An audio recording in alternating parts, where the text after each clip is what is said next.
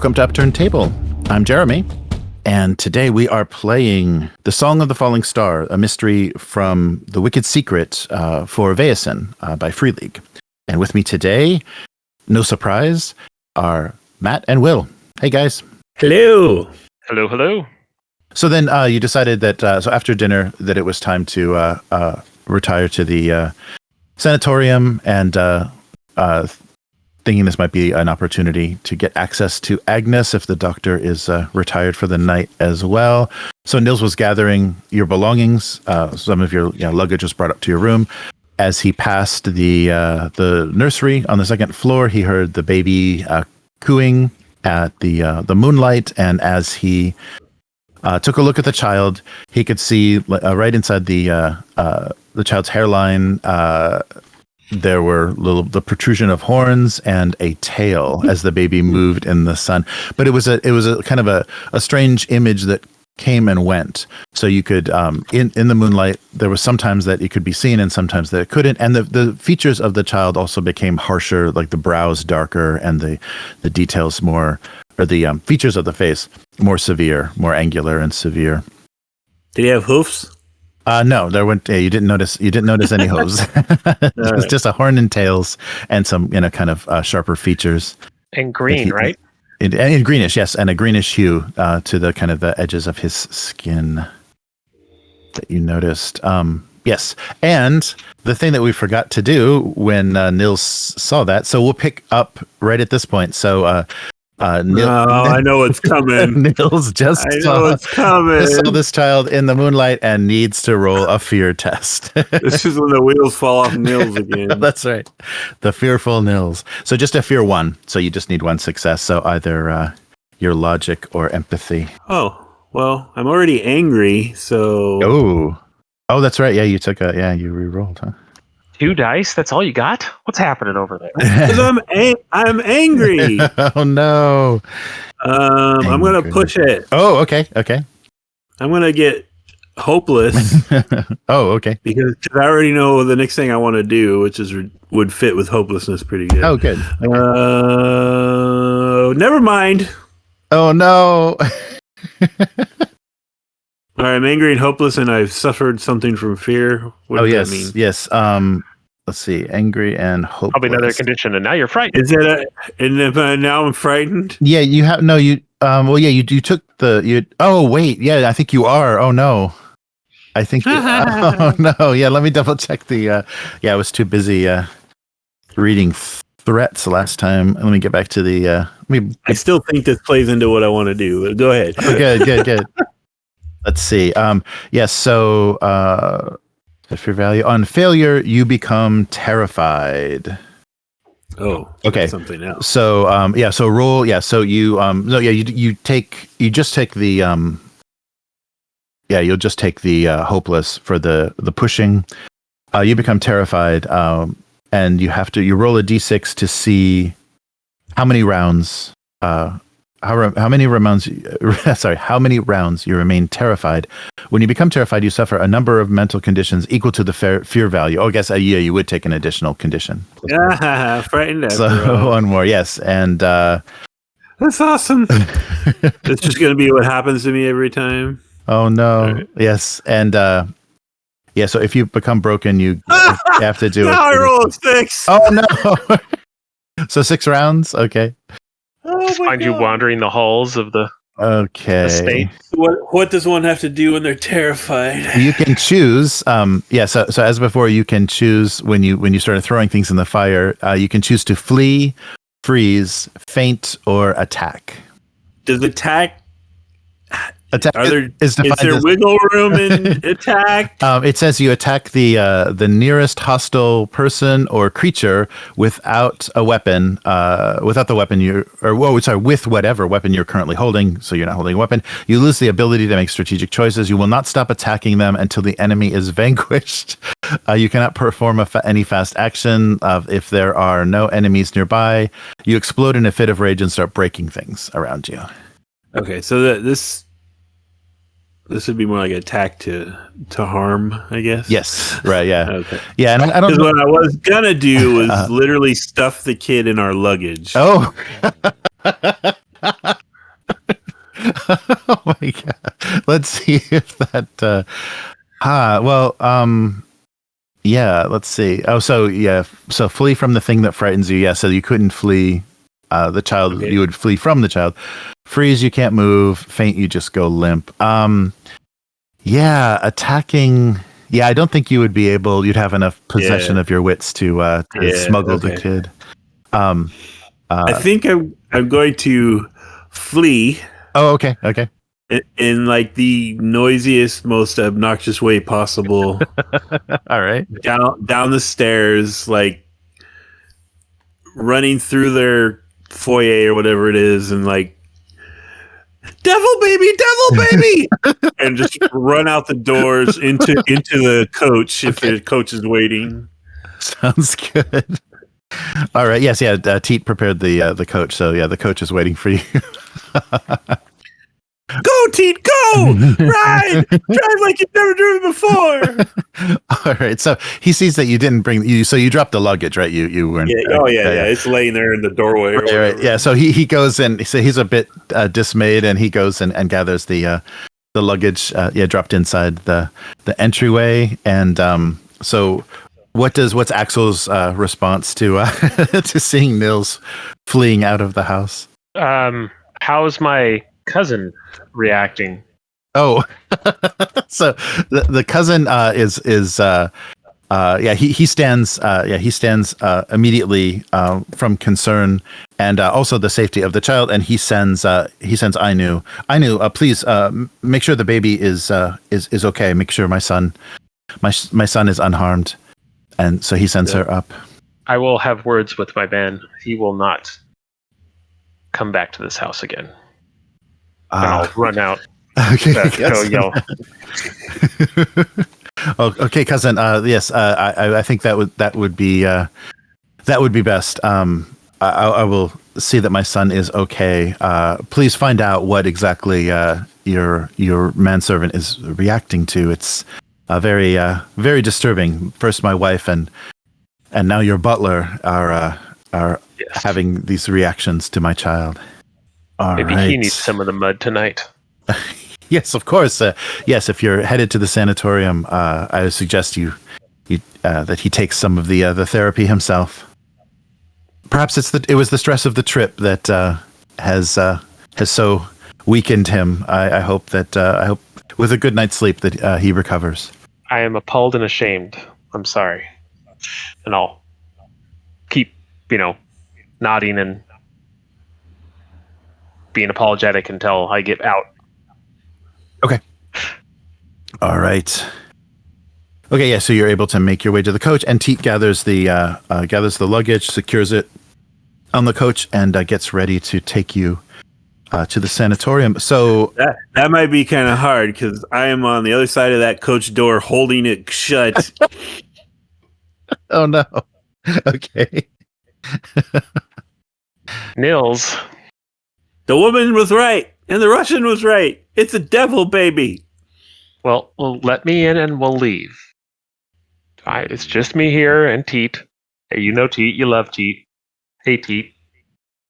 Can we stop saying Teat? If you open the door, I'll quit saying Teat. Well, how in command of my faculties am I? Like, I don't say 6 rounds is a bit. Yeah, maybe if Aksel wants to get in, you'll probably have to win a force roll. Isn't there like a roll he can do to like kind of talk me off the? Oh, yeah, of course. Yeah. If you'd like to roll inspiration, inspiration will can actually. I don't think I am. I think I'm frustrated and don't know how to deal with this. Oh, okay. All right. Because he's supposed to be the guy that's taking care of me all the time. And now twice in like severe circumstances, he's completely gone off the edge. The last time I just walked away from him. Because I'm always the first one to see this shit. It's not fair. And so this time I think that, I'm totally just like, I think I'm actually frustrated and pissed off. I don't think I'm here to talk him down because. Okay, cool. That's cool. So you can if Nils won't let you in, you can ride with Teat on next to him. I'm going to try to force my way in, but I know this isn't. I'm not going to succeed against. Okay, that's one thing I'm pretty good at. Was it like opposed Yes. force rolls? Is that what we're doing? Yeah, just both roll force and see who gets the most Sookie. most successes. Well, I'm not pushing. I try the door. We both got 0 successes. Oh wow! Wow. Yeah. I roll so bad in this game. Oh my god. Oh no. I'm not pushing either. Okay. All right. So yeah, you're at a stalemate, and So do we just like struggle for like 3 or 4 rounds till this wears off, or what? yeah, definitely, yeah. So yeah, you'll just have to wait. If you want into the coach itself, yeah, you'll have to wait. I think once he's done this, like I am so frustrated and pissed off with him. I think I just like let's go Teat and like hop up there with him. And Okay. All right. Very good, sir. And Teat, has you ride up with him, and you proceed down that main road from the residence back to the sanatorium around the side of the castle. Are you looking for new employment, Teat? I could use a good man.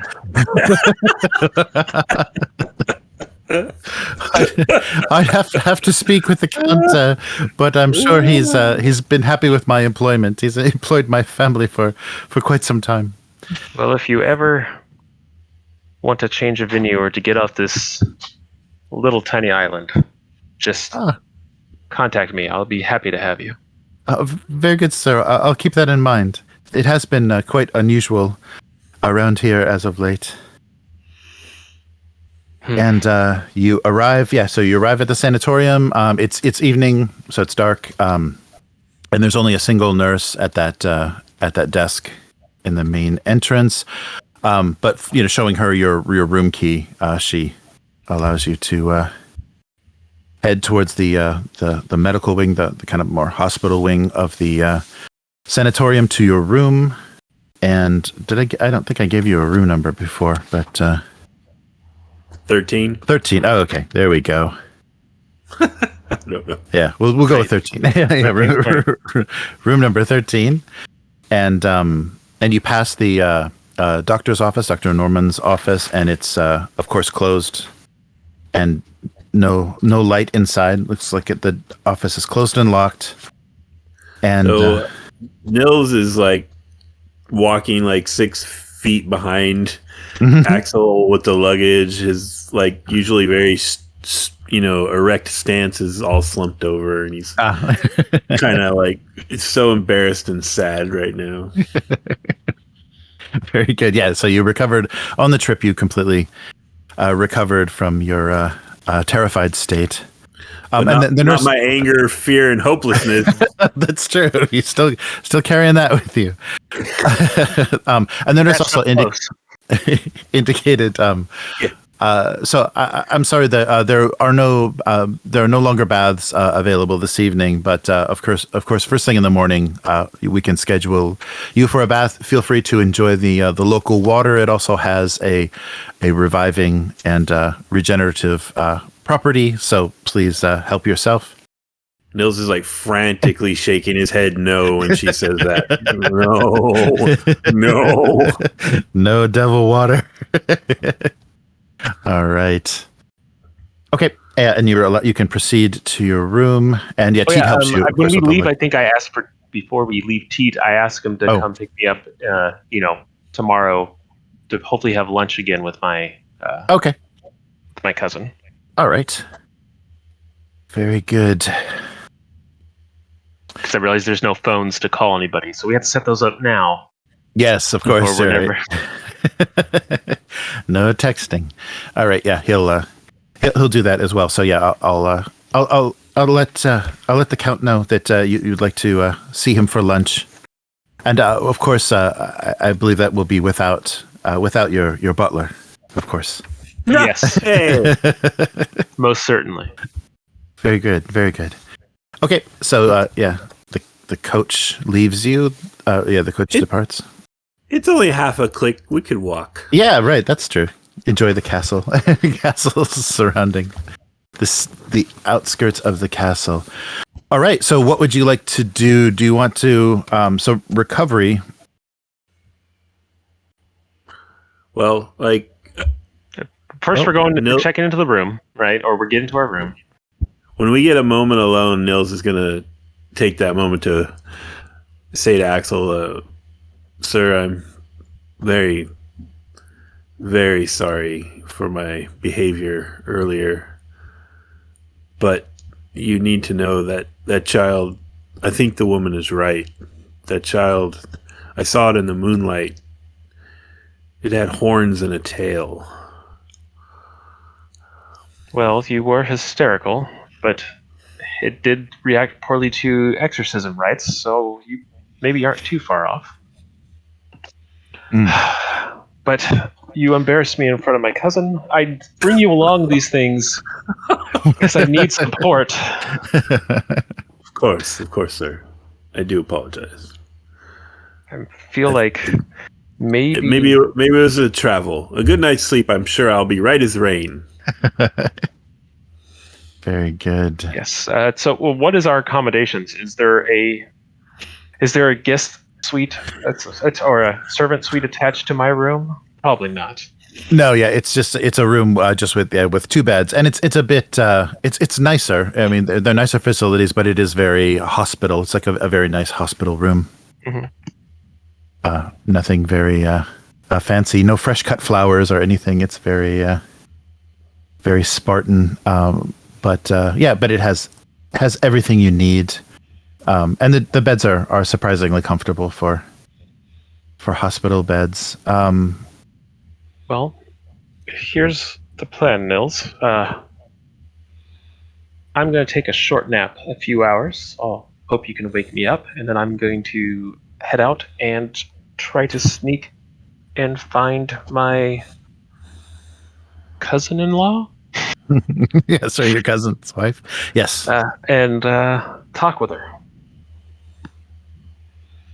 Very good. Very good. So I plan on taking a short nap. If you can wake me, I don't know what time of day is it. It's late, a little while after dinner. It's after dinner. So yeah, it's probably like you probably arrived around 9:00 at the facility. That's why everything was kind of done for the evening. Why not wake me up around midnight? What?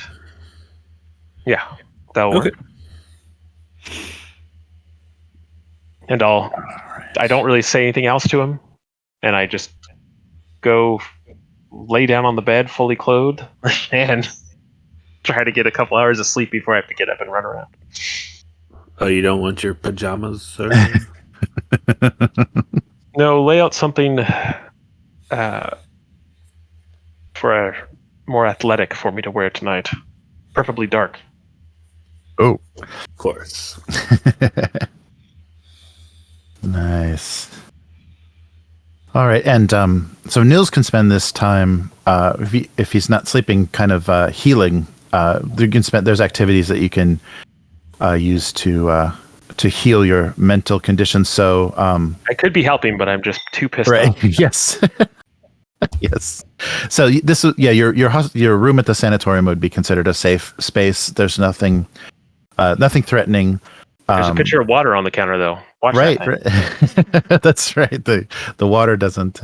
Is it? Yes. I was gonna say, like, is it just doing things that my character finds comfort in, or is there specific things I have to do? No. Just things your character. They just give examples. Like drinking, praying, playing solitaire, playing cards, anything that would singing, storytelling, anything that would relax you. As so I think for Nils, it's going to be putting out Aksel's clothes for his little adventure, and for the morning, and for the morning, and then preparing like a pot of tea for when he gets up. So very good. Okay, yeah, and kind of just polishing things when I run out of other things to do. right. Trying not to cry too much. All right, immersing yourself in your work. That sounds great. Yeah. All right, good. And that's good. So, is there because it just says you can recover 2 conditions once per day. So yeah, this will be for the end of this day. Just your activities and. So I get rid of 2. Yeah. So this we're getting rid of hopeless and frightened and just going to be angry. Okay, stay angry. Okay. Yeah, that'll be 2 conditions. How does memento work again? Oh, right. You can. I think it's once per session. You can interact with that as well. So if that would make you feel less angry, you have time to do all of that because you have several hours until you need to wake. Yeah. I think once I have the clothes out and the tea prepped, and I've cleaned all our personal silverware that I brought with us, and I'll also sit down at a chair where the teapot is and look at my little seal ring that belonged to my friend that I kind of killed, and right. sort of turn it on my finger and think about the good old days for a while. Did you say kind of killed? Because I'm pretty sure you totally killed him, didn't you? And are you saying that out loud? He was possessed. No. Yeah, go to sleep. Sleep. All right, cool.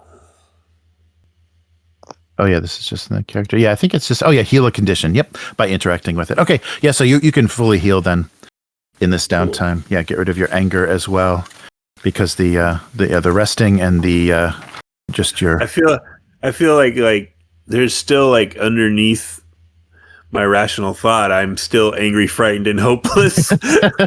Yes. But I've regained control of it. Yes, it no longer mechanically affects you, but emotionally it's still there. Yeah. Nice. All right. I probably cleaned my revolver too. Oh yeah, right. Okay. That's right. And you guys have you have a bonus because you hired the nephew, right? Don't your guns have a bonus as well for being well? I think in preparation. Good tools or good weapons advantage. Yeah. Yes, yeah, that's right. Yes, I think we were supposed to pick one. Oh, okay. One of the player's characters gains an extra advantage before mystery, will maintain weapons or will maintain tools. I thought it was your pistol that we had picked. Or at least I think it might have been. Yeah. Okay. Yeah, I think so. Okay. Yeah, so you got well maintained. Yeah, you need that benefit from having another employee at the castle. All right. So the so now Nils is fully back in control and is kind of dealt with what he saw, and so it's now midnight. So feel free to I'll proceed. I'll gently ring the bell that I usually ring when it's breakfast time for Aksel, and try to wake him up and have a hot cup of tea waiting for him. Yeah. Midnight already. Oh, thank you. I'll grab the tea and I'll gesture over to the freshly ironed dark clothing I put out for him. Very good. All right. So, did you use the water from the sanatorium, or did you bring your own water for the tea? Oh, well, I probably just used the water from the sanatorium. Okay. He boiled it, though. He boiled it. That fixes it. Right. Yeah. Nils wasn't really thinking that far ahead. Right. He thought. I mean, in my head, the special water would come in its own little container or something. Right. So. Right. Yeah, no, it was, it's all over, like the pitchers and everything, even like your wash basins and everything would contain all that same water. So, So the tea tastes especially good. It tastes, more wonderful than you remember, and you feel very refreshed after your rest. So you don't know if it's the rest or the tea, but Aksel feels much more well revived and very satisfied from just that small amount of sleep. It's because it was made with love. Yes, exactly. The secret ingredient is love. Well, Nils, I want to apologize for what I said earlier. It was inappropriate. You saw something. I know you're not one for flights of fancy, and I overreacted. I apologize. No. Thank you, sir. No need to apologize. We seem to be engaged in some very extraordinary endeavors of late, and it can be trying on our psyche, I think. I will do better. I know you always try and do better every day. Thank you. I see you set out some clothing. That looks good. I'll get myself ready. Do you have a weapon? I do have a pistol. Yes. No, you do. Oh, okay. I assume you put that out for me too, but maybe not. Yeah. I don't know. I don't ever carry it on me. It's always like in my luggage. Yeah. I wouldn't. If it's polished for what it's worth. So I'm going to go over my plans for the night and see what you think. My first stop is going to be, I believe, the doctor's office to look at any notes of the area and other patients. I saw when we came in that he had keys to all the rooms. I don't know exactly where I want to call her aunt just to make it easier, is staying. So I figure there should be a log somewhere in his office I will attempt to retrieve, find out what room she's in, grab the key, go visit her, and see her take on the situation. Do you have any insights that may aid me in this, or other ideas that I should handle tonight? I would only ask that if you encounter anything unusual, please don't engage it alone, sir. Come and get me or call for me or something. I do not plan on engaging with anything tonight except for conversation with my cousin. But I understand, and you will know. And I'll kind of wiggle the pistol. You'll hear me if there is a problem. Oh dear. All right. If you can, I mean, I don't know exactly. Is this like kind of like bungalows? Is this just a series of rooms next to each other? Yeah, it's just a series of rooms, like a hallway, like a long hallway with a series of rooms off of it. Yeah, just like a nicer hospital. Yeah, wing of a hospital. I think the most practical thing be for me to go down and see if I can figure out where she's at and look at his logs, and then come back and tell you what room she's in, so you know where I'm going to be going. So that is my plan. Excellent, sir. And to do this quickly. Do you have any money on you, sir? I mean, I'll kind of pull out a small purse. I have some. What did you consider if you encounter any unexpected employees, perhaps just buying their silence would be the simple solution. That's a good tip. Thank you, Nils. All right. Yes, so there is a nurse still at the desk, at that front desk. So to move to the doctor's office, you'll probably need stealth. If you get noticed, she may stop you. Sorry. Okay. So you'll need a stealth roll to get there, and then we'll deal with the door once you're there. Excellent. Okay. Stealth roll. I can totally do this. All right. And it's an opposed roll, so you'll be rolling against excellent. Yeah, against the vigilance, vigilance of the nurse. But if she doesn't roll anything, then you should be good. Oh, son of a biscuit. Oh. 0 successes. Uh-oh. I don't think I want to blow. You got my disease. Push myself on it yet. Oh, she's got a success. Yeah. So, yeah. She. Is there anything I can do for you? So she hears you in the hallway and asks, "Is there anything I can do? Do you need something in your room? Perhaps you have very limited amenities at this time, but I can bring more water if that would." No. I just was restless and thought a walk would do me good. Is there the mud baths? Are they on premises? Can I see where I'll be? Well, everything is closed up for the night, so of course the baths themselves are covered. I could perhaps in the morning would be better to see everything. Nothing but a bunch of wooden lids is all you'll be able to see at this hour. But of course, if you need more water, I have I have that. Well, I mean, I could always use more water. It seems my butler has boiled all of mine to make tea. I see. Oh, so I'll just give me a moment. I'll be right back to your room with some more water. And so she heads back goes through a door behind the front desk, and you hear water being poured. I immediately look. Is there like a logbook on the other side or something like that? I just want to see if I can figure out what room. Oh, sure. Yeah. Why don't you do investigation? Is probably because observations for people. So you have to do investigation roll, and you can go through anything that's behind the table. Biscuit. Okay, I'm getting pissed, so I'm pushing this. Okay.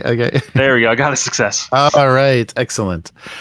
Okay. So that with that success, there of course there is a just a log of who's in what room, and you very very easily see that room number 7 is where Agnes is being held.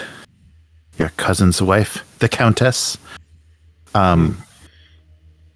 So that's just then further down the hall that you're in.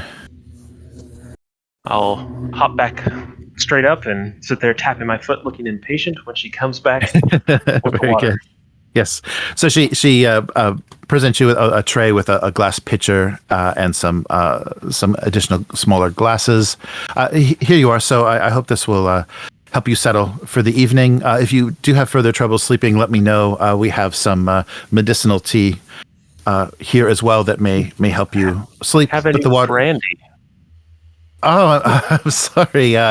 No, we don't. Actually, the doctor thinks that alcohol may counteract the effects of the water and the mud here. So we don't serve any alcohol, unfortunately. None at all, and I'll pull some coins out of my pocket. Well, sure. Why don't you manipulate and see how? And I think because of my wealthing, I get a +2 to yes, manipulate using money. Yes, excellent. Okay. Very good. Oh, but I'm at -1 because of... Oh, right. You're angry. An angry bribe. Here we go. Son of a biscuit. It did not work. Oh, no. Okay. Have you used your... what's your advantage on this one? Oh, wow. What was my advantage? I think it was I read the Bible. Yes, that's right. Right. Bible stuff. That's probably not going to help you bribe nurses. No. Okay. Well, I don't know. There's probably a verse in there about that, right? Who with thou who bribeth nurses, something. It could be. So if you want to use for this session, if you want to use your advantage, because let's see, you can do, because it's not a physical thing, so that would work because you can apply that to your reroll. So you'll take a condition, but you'll get a +2 so +4 total if you want to reroll. I don't think I want to take another condition on this. I just all right. I was trying the whole thing, once they someone gives you something, then now she's in trouble if she says anything. Yes, so I was just trying to set up a confluence of events to turn her in later on, but it did not work. Trying to implicate this poor woman. So later on, when we get in trouble, I'll be like, I'll tell them that you sold me brandy if you don't let us out of here right now. That's not gonna happen. Nice. All right. I assume she turns me down again. I'll give a haughty nose up attitude and walk away with my water. Right. Yes. As I said, the doctor doesn't permit alcohol in the sanatorium. So good. Sleep well, and I hope you're able to rest. And we'll see you in the morning for the therapy. Looking forward to it. All right. Walk back down to my room. Okay. So you can make it back down. So you will. So to get to the to Agnes's room, you will have to make another successful stealth roll, and then you'll be dealing be dealing with the door without the key, so you'll have that as well. Well, I think I'll go back to my room and give him the water and tell him she's in room 7. How are you on breaking and entering? Yeah, so stealth is lockpicking, and a force is just smashing the door, breaking the jam. Then I'm probably unless you're good at stealth. Well, with stealth, my roll would be 5 dice. That's what I am too. So. Oh, okay. Okay. Well, I think that nurse was watching like a hawk. She wouldn't take a bribe. I couldn't get her to do anything. But I got the room number. Where is she at, sir? Down up at the front where we first met. Perhaps your manservant has found the room's accessories insufficient and needs her to escort him to the storeroom. Oh, there you go. Oh, excellent. And bug her a lot about brandy. And I'll slide him a few coins to try to make the bribe happen again. We gotta get this. We gotta destroy her life. Anyway. We'll see, sir. We'll see. All right, Nils. I think when you came in, Nils was like laying like plank straight on the top of the covers of his bed, like just looking at the ceiling, imagining how big a bag he's going to need to throw the kid into, So he like stands up and puts his coat back on, straightens it, and I'll be right back, sir. No, I won't. I will distract her. That's what I meant to say. And I'm going to like in my, my butler shoes, I'm going to very loudly click down the hall and find this nurse. All right. Nice. Make off for room 7. Okay. Good. Yeah. So to get to room 7, is he going towards the nurse or away from the nurse? Away. Yeah. The lower numbers, like room number 1 is at the furthest end. Okay. Cool. Of the wing. So yeah, he's going away. Okay. Oh, so we're like right there. That's the problem. Yes. Yeah, you have to go. I like open the door and she's like, yes. I'm like, oh. It was like we were being watched. Right. Okay, so do you want to? We can. Oh, I'm bringing a towel with me, by the way. Oh, a towel. Okay. All right. So the nurse. She stands up. She's looking a little, already a little exhausted. She is expecting. She saw you. Yeah, come from Aksel's room, and yes. May I help you?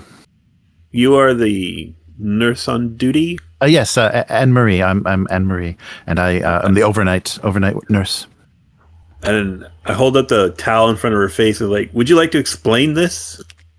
What is it that I'm looking at, sir? The ghastly thread count on this towel. I see. None of our other guests have had this issue. Perhaps I can fetch some clean towels, and you can see if those will suit you better. This is basically our supplier is. This is the best quality that they have. I think you should escort me to your storeroom so that I can inspect your wares. I see. So what? Yeah, why don't you roll manipulate on her to see if she'll. Oh man, this lady's an iceberg. What are you talking about? Oh, I'm not good at this.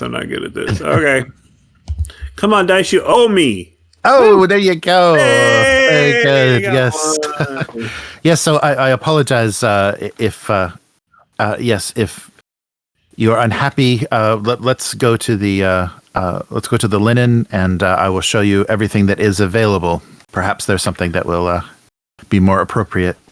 And so, and on the way there, like Nils remembers and is like, "Oh, by the way, what sort of brandy do you have?" I'm sorry, as informed your young master, the doctor forbids alcohol at the sanatorium. He believes it interferes with the healing properties of both our mud baths and the water. Mm-hmm. Oh, but you did. Yeah, you did get two. You did get an extra success. Did get two successes. So she's a little bit more. But you see kind of a weakness in that excuse. That seems to be just something she a rote thing that she recites. But after she says that, she said, "But for special guests, we can. I can see what we can do." Oh, excellent! He pulls out the pfennigs or whatever they are. Yes. That Aksel gave me. Here you go for your trouble. Oh, very good. Yes, I'll have something brought to your room. Excellent. I would say an exchange of goods has taken place. Yes. Yeah. Very good. Got her. Yes, she leads you. Yeah, good. Yeah, two successes. Yeah, of course you can. Is there a courtyard? Oh, or how is this thing built? yeah, I'm imagining that they're trying to get it all to face that it's just like a central building with baths behind. Oh, I guess there would be a courtyard. There would be some sort of, because they would have a both like indoor and outdoor facilities. Yeah, so there would be a courtyard, kind of like an old kind of U-shaped high school. It would have a behind that front building. Yeah, because there would be outdoor baths, I would imagine, as well. But most of the windows and the wings all face towards the castle. The scenery of the castle and the ocean is what they want to take advantage of. So, I mean, if you need to jump to Aksel, that's totally cool. But my plan is, after she gives me the towels, I'm going to stop and try to convince her to come out and look at the moonlight with me in the courtyard. Oh, okay. All right. Good. Yeah, so we'll pick up there. We'll pick up in the linen closet. Okay. And let's go see what Aksel is able to do. All right. So now that the nurses left the desk, you can see Nils was successful in distracting her. Good man. Yes. Tromp down there. All right. Remember this when the wheels fall off my brain again. Yeah. All right. Yeah. So you come to door 7, and it's locked. I mean, I think that the most practical thing to do is just knock. So. Oh, okay. So, we'll try to make it easy first. Whoa! What? I'll give it a good rap and Agnes,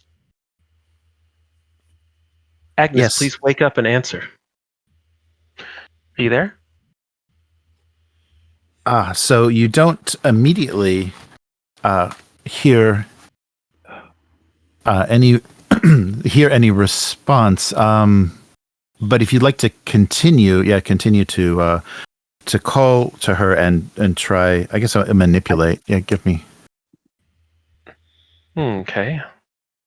She's floating above her bed, surrounded by devil babies. Yep. Manipulate, you say? Yes. I'm a little angry, so there's probably a little edge in my voice. Ooh. Let's do this. Oh.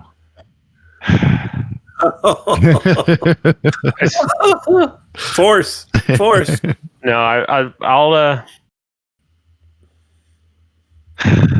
mean, I have my room key.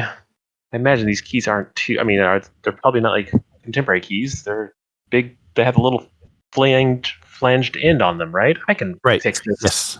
I can get this door open. I'll pull out my key and try to wiggle it in there and see if I can force something to happen. Okay. Yeah. So your key does fit. It doesn't seem to turn, but with some manipulation, and perhaps if you have a penknife or something with some manipulation. Turn it really hard, then pull it out and see where the divots are. Grind those down. Stick it back in again. Try it another time. There you go. Yeah. So give me a stealth for your sleight of hand. I'm having a case of the Nils, so let's see if I can. Yeah. Aha! There we go. There we go. Excellent. Yeah. So you're able to by comparing the keys and easily kind of deduct how that mechanism is going to pop open. Yeah, it's not very secure, so very easy to pick. And because you had 2 successes, you silently opened the door. There was actually you attracted no attention, no sound. So you're able to open the door. And it's a room similar size to your own, except there's only one bed in the room. And you see at the far end of the room, in the moonlight of the window, Agnes is standing there. So she, her bed, glancing down at her bed, it looks like she hasn't slept in it, and she's just standing in the window, looking out. She looks to be, especially in this moonlight, very pale, and her dark hair is kind of tangled and untidy. It doesn't look like she's taking very good care of herself. And the light, coming through her nightgown that she's wearing, she seems to be very thin. And she turns to you very calmly and quietly, and says, "Yeah, who are you?" I'm Aksel Olafrsson. I believe we met quite a few years ago. I was much younger then and smaller. I'm cousin to your husband. He asked me to come check on you. I see. I'll close the door behind me and lock it. Oh, okay.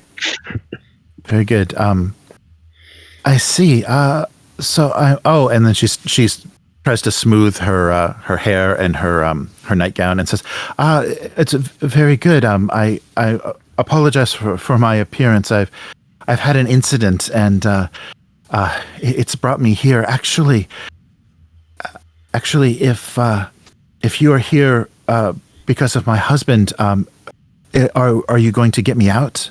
Will we be escaping? I need to get back to my child." I can get you out, but do you know where your child is right now? He's with my husband at our house. I was told that I needed to spend time here to recover after the incident, and it doesn't seem that they're going to let me go. I need to get out. I think my only choice is to try to escape. Before I was in here, Father Cornelius said that my son was in great danger. I need to help him. I need to be with him. I know my husband does the best he can, but I don't think he understands the danger that our son is in. Tell me about this danger. And I'll hold a hand out and try to get her to sit down in a chair. And if there's some water, I'll pour her a glass of water. Oh, sure. And try to give her a little comfort. Sure. Do you remember what happened? I know I already asked one question, but do you remember what happened the night that made you come here? So, Hugo, after the birth of our son, Hugo was busy with his work, and of course it's very important, and I supported him the best I could, but I tried to convince him that Edward needed to be baptized immediately. The Father Cornelius stressed that the child's soul is very vulnerable to evil prior to this, and that it's very important that the baptism takes place as soon as possible. But of course, Hugo said we needed to delay, and he wanted to have a grand party for this event, and so we waited. And so Edward was defenseless against evil, but I couldn't convince Hugo.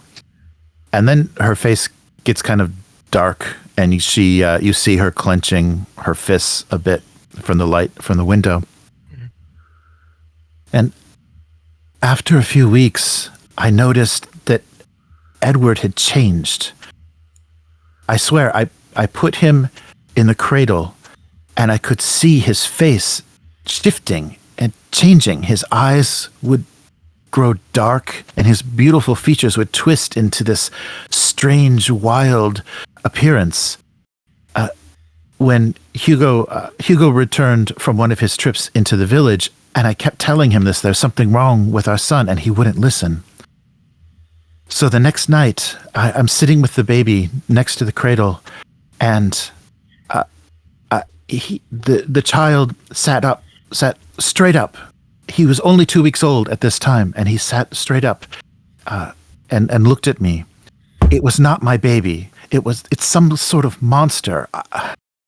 I don't know what came over me, The next thing I remember is our wet nurse is pulling me away from the bathtub in the sauna. Oh God. What did I do? I had no... Something came over me and I felt that thing needed to be destroyed. I know that our baby is out there somewhere, but that thing is not our child. I feel with every fiber of my being, you must talk to Father Cornelius. He is the only one that would know what to do. And she just kind of looks distantly and very lost and pained. You see, she speaks quietly, but she has a very pained feeling in her voice. I spoke with Father Cornelius this morning. He gave me a prayer I said over the child. Yes, and what happened? What was the effect? He acted as children do, and maybe got a little fussy from me handling him, but he seems all right. You say that you don't think that it's Edward, or he's Edward. Do you think he was switched with something? I think that thing is not my son, and that Edward is out there somewhere. The baby that my husband cares for is not what I gave birth to. I know as a mother that my child is missing, and that thing is in its place. But I have no idea how that happens or what sort of devil possession or demon could have possibly done something like this. I want you to know that I'm here to help Edward. And I will seek him out, but you need to stay here so that when I find him, I know where to bring him to you. You need to stay healthy and strong so you can protect him once we gather him again. Tell me, there's this wonderful lady that's helping take care of the child. Is it in you? Yes, yeah. I know is the wet nurse. Yeah, is our wet nurse. She's a native of this island. When did you first employ her? Was it immediately? Yes, when we moved to the island, she was recommended to us, and yes, there is something strange when I told her of my suspicion that there was something wrong with the child, and that I was afraid that evil could take him. She suggested that I stitch these runes, these strange symbols into his bedding and into the walls of the nursery to protect him. But Father Cornelius said that was some sort of deviltry, that's nothing that could make the situation worse, that was against God. So I denied her, but she did recommend this odd method of protection. Can you show me what it is she suggested? I am versed well in theological matters. Okay. Good. Yeah, so nice. So Agnes takes her finger. So she leans close to the window and she takes her finger. She holds up her finger and she breathes onto the window to create a little bit of fog, and she draws what she can remember of these symbols onto the window itself. So if you want to roll, if you want to do learning, that might help you figure out what that is. Let me look at something though, because I also have. Because of our. In our castle, we have an occult library. Yeah. Oh, yes. Once per mystery, a player can gain a free success on a roll for locating or understanding occult knowledge. The player must state what information the character recalls. So I'm hoping that I can understand what type of ancient, if this is actually a thing of protection or binding or what it would be. Sure. But learning, you said? Yes, yeah. Do learning, and you'll get that automatic. Yeah, you can have an automatic success if you don't get one naturally. And the more successes, you get. I'll burn that one so we have 2 instead of 1. Okay, excellent. All right. Okay, so the symbol that she draws, you recognize immediately as trollcraft.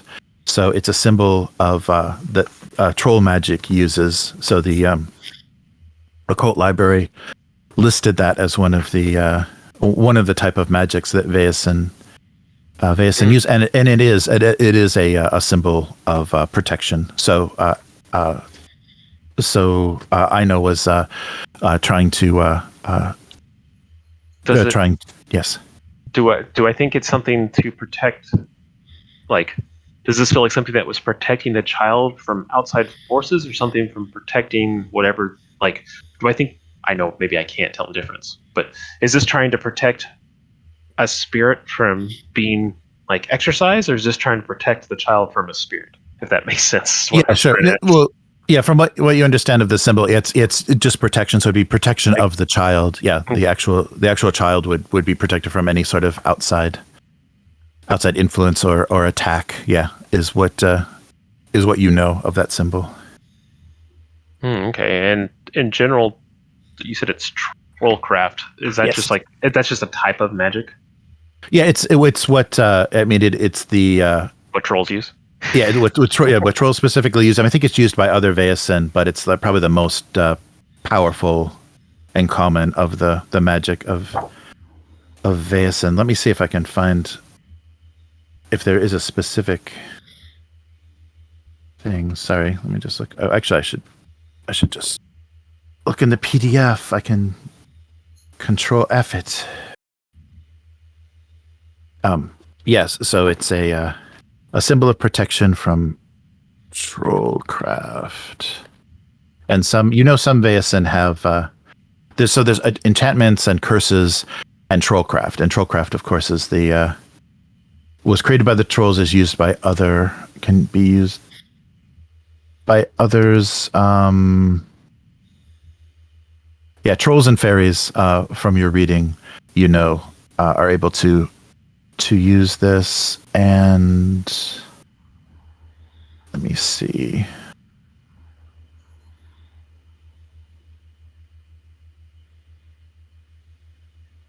Yes, and this would just be a basic. Sorry. Get past the curses. Yeah, because you got 2 successes, so I'll give you more specific.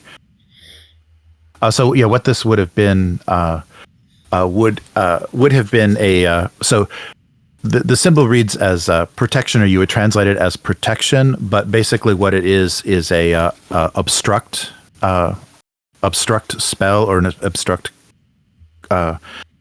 magic that would prevent anything, especially like Christian symbols or symbols from outside of the old beliefs, from coming near the child. Right. So it is in a way protecting the spirit. Yes. Right. Okay.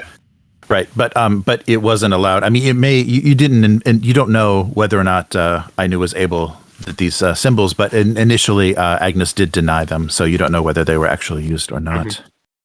I'm just trying. I'm trying to create or gauge Ainu's like goals. Right. Yes. Where she's at on this. Okay. Sure. Yes. Okay. Well, I'll sit another moment with her, but she doesn't seem to recall, like, there wasn't like a moment that she thinks like her child specifically was switched out or something. So there's no like day that she recalls. Right. Yeah. She couldn't. She doesn't have a specific day because it was just she noticed it. It was just when she noticed it, and then it was just the next night where she kind of blacked out and tried to drown the child. I've seen other people have the same blacking out, freaking out reactions. It's okay. I understand.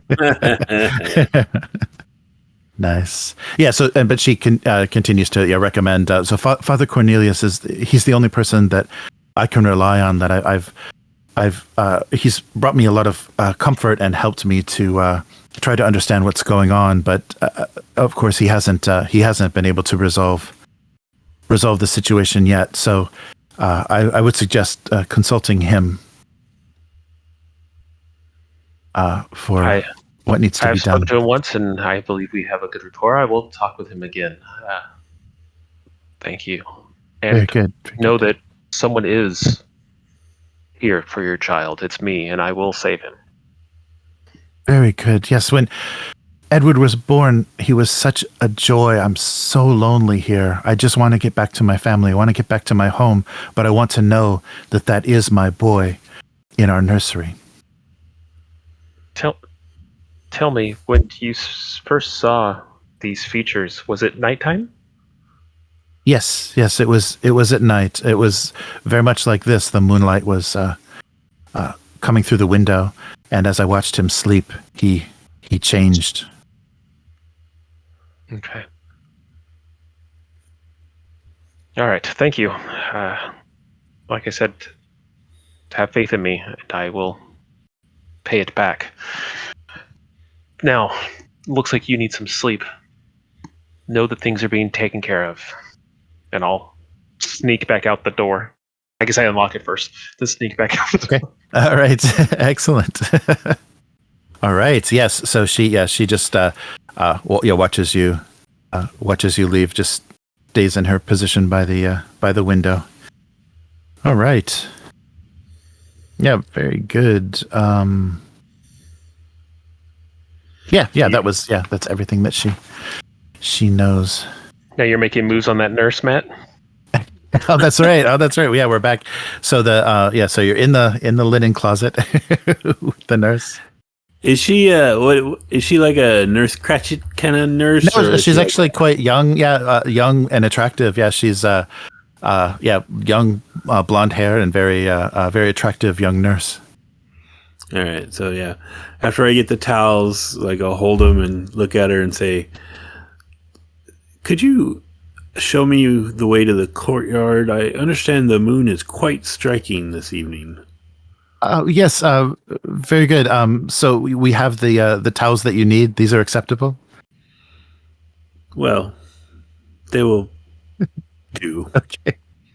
All right. Yes, right through these doors, and yeah, she leads you out of the closet, and there's some glass doors that look out into the courtyard. So you step out into so you can see there's some covered baths, kind of dug in places for baths that are covered with wooden lids. Okay. Out in the grassy courtyard. So Nils is gonna look up at the moon, and it's quite lovely. And he'll look down at her and says, "You know, my young master and I are men of danger. Oh, I see. We could use a qualified nurse on staff. You ever thought about moving to the mainland?" Well, I'm quite happy here, but they don't pay very well. So if it would mean an increase in my lifestyle, I'm sure I would think about it. And what was your name? Anne-Marie. Anne-Marie, excellent. I am Nils. My master Aksel, you met previously. Yes. He's a man of quite a great refinement and academic skill, and well, we find ourselves in a bit of trouble here and there, but he is well off, and I think something could be arranged. Very good. Do you want to roll manipulate to kind of seriously get her interested? Yeah, sure. Okay, go for it. Sure. I'm trying to drag this out as long as I can, basically. Okay. Does she look like she's possessed when you're talking to her in the moon? Well, yeah, that's the other thing. I'm going to just drag everybody into the moonlight. Right. Yeah. Oh, that's right. Yeah. Oh. No, nothing. Okay. Push. Did I mention his large castle? He has a large castle. Wow. In Uppsala. Yes. Wonderful. Well, I would be very interested in visiting. The island life isn't quite for me. I don't enjoy the attitude of some of the guests at the sanatorium, but I am a trained nurse, so I would be very interested in hearing more about any position you might have. And Nils pulls out of his jacket pocket one of those ridiculous, oversized 19th century business cards and hands it to her. Excellent. Here you go. This has my master's contact information on it. Give us a ring, won't you? Very good. And now for that brandy. yeah, oh, so of course I'll have that brought to your room. So please feel free to take the linen back, and I will be there shortly with the brandy. But please, of course, keep this just between us. The doctor would not look kindly on me providing alcohol to guests. Oh, I am the essence of discretion, Anne-Marie. Very good. And yeah, I'll head back to the room. Okay. Very good. All right. Okay, yeah, so you both are probably getting back about that time. If you want to update Nils on Yeah. how you wanna move forward. Sir. And brandy forthcoming. Excellent. I don't really need any. It was more of a ploy to manipulate. But thank you. Oh, and I may have offered the nurse a job. We can always use more help. Mm-hmm. I spoke with my cousin. And? Her story matches with what you saw and what we were told. However, she did say that the wet nurse, I assume we've walked inside at this point. Yeah. That the wet I'm nurse, probably putting the towels away while you talk. that the wet nurse gave her a Trillcraft rune of protection that she wanted her to put by the child. And at first I thought maybe this rune would be there, like the wet nurse is actually trying to protect the child. But when she scrawled it out for me, I think it more would help protect whatever that child is from outside sources of magic and power, like crucifixes or or prayers. So I think she may be, as we probably already assumed, in on it. It'd be great if we could get her alone and have one of your candid conversations with her.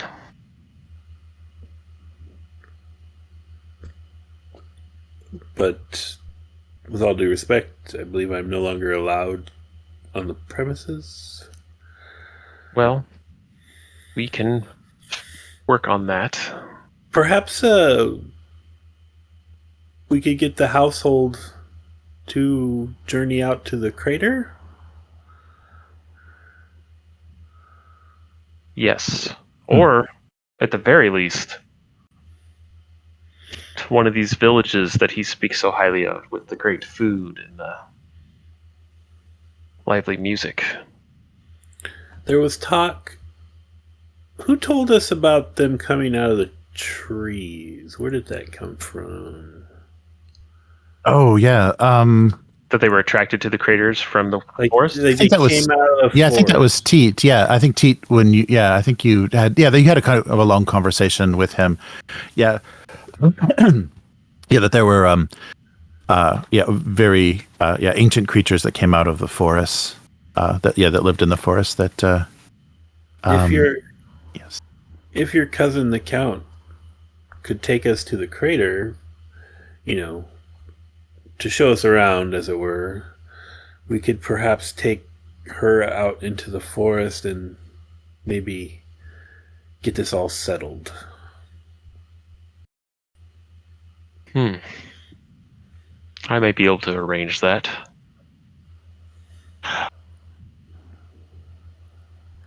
I'll pop out my father's old pocket watch and pop it open and look at their pictures inside of it. But go ahead, keep talking.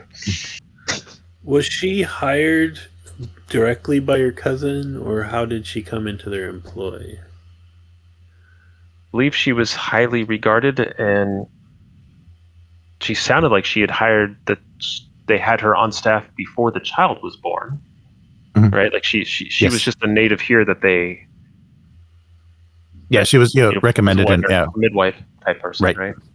Is she Yeah, more of and a wet nurse or a midwife?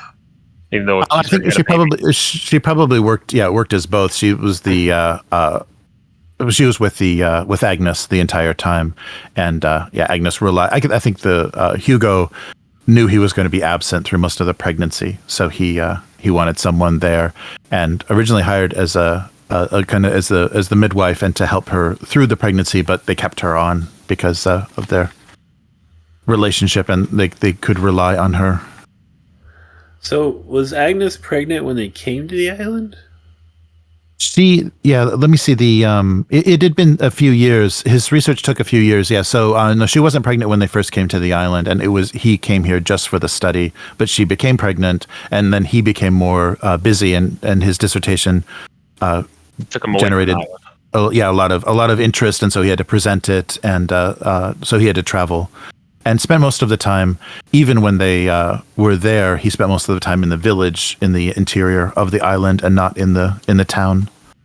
I think when you next speak to your cousin, you should try to find out if he's had any negative interactions with the locals in these towns. If he's ever been threatened or warned off or anything like that. I'll ask, but she seems pretty beguiled by them. I am trying to put some together here. She's convinced that her child is out there somewhere. I'm not so sure that whatever this exuberant energy that we feel when consume water, or I suppose lay in the mud here, didn't in some way infect my cousin and us his offspring. Yeah, I don't like that, sir. Is the water and soil, is it all of it, or is it from those craters?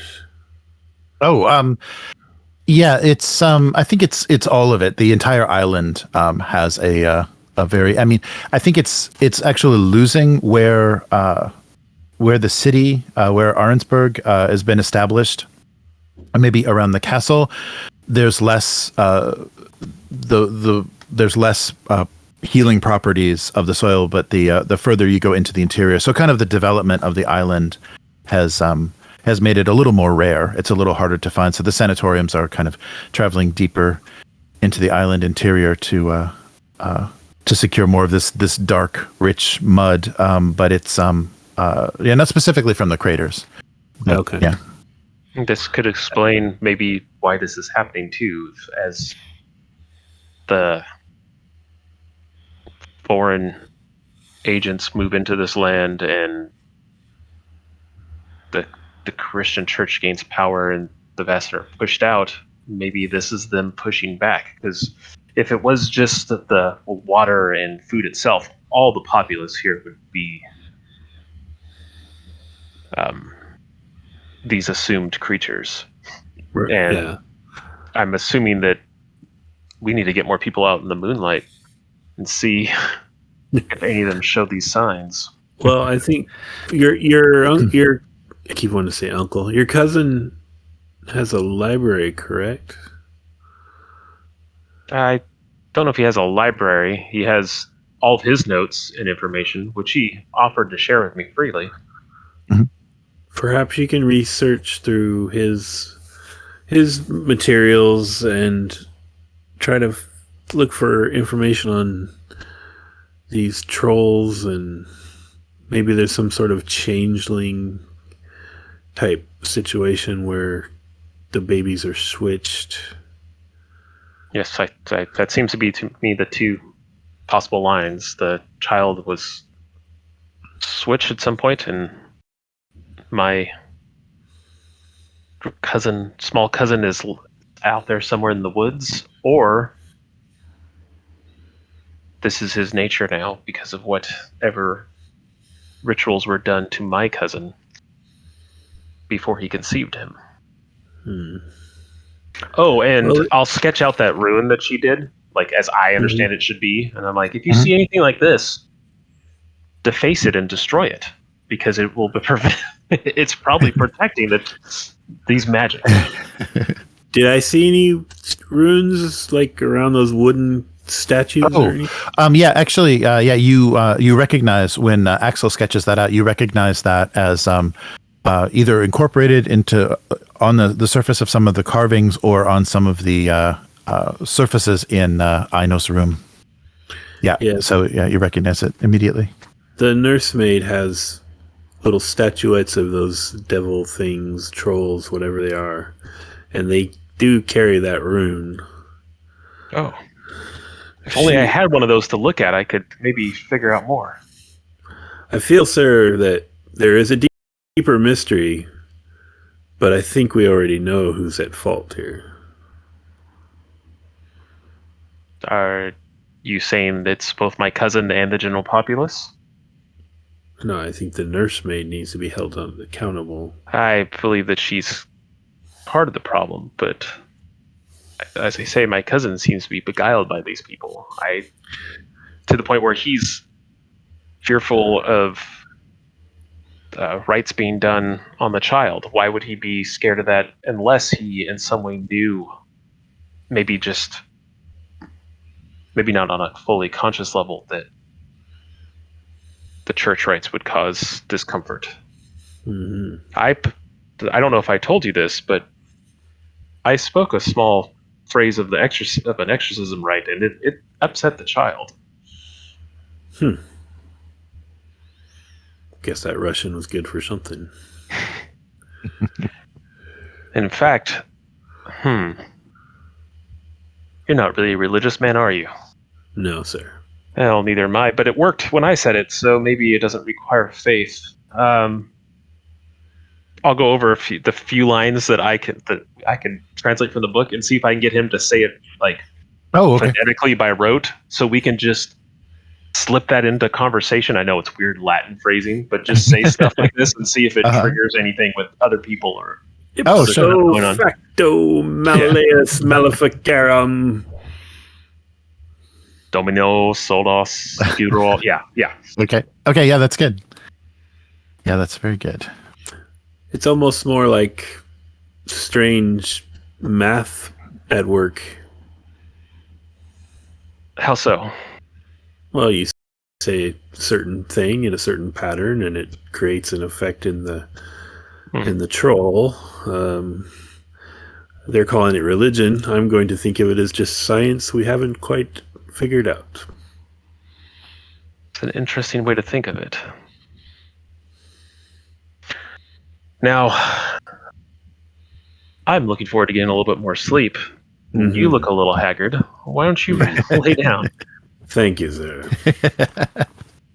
All right. So yeah, if you are gonna sleep for the night, if there's no more activity, right when we start to drift off, the brandy shows up. Yeah, I was gonna say. That's right. Do we get our nightcap?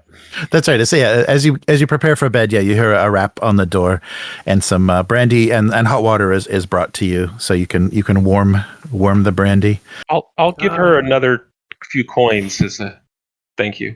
Oh wow! Okay, yeah. So thank you very much, and I will of course be in touch. Your butler gave me your information. I'm very interested in your castle, and I wish you a good night then. Nils looks all proud. Excellent. Nice. Attractive young woman, sir. And he kind of arches an eyebrow at him. What is this obsession with you of either protecting me from or connecting me to every woman? She's... How old did you say she was, roughly? She's probably in her mid-20s, yeah. Okay. So she's not dramatically older than me, but no. She's probably 7 years my senior. Yes, but a nurse, so not dense at all, and she's attractive, and she's got thick thighs, and I just thought maybe,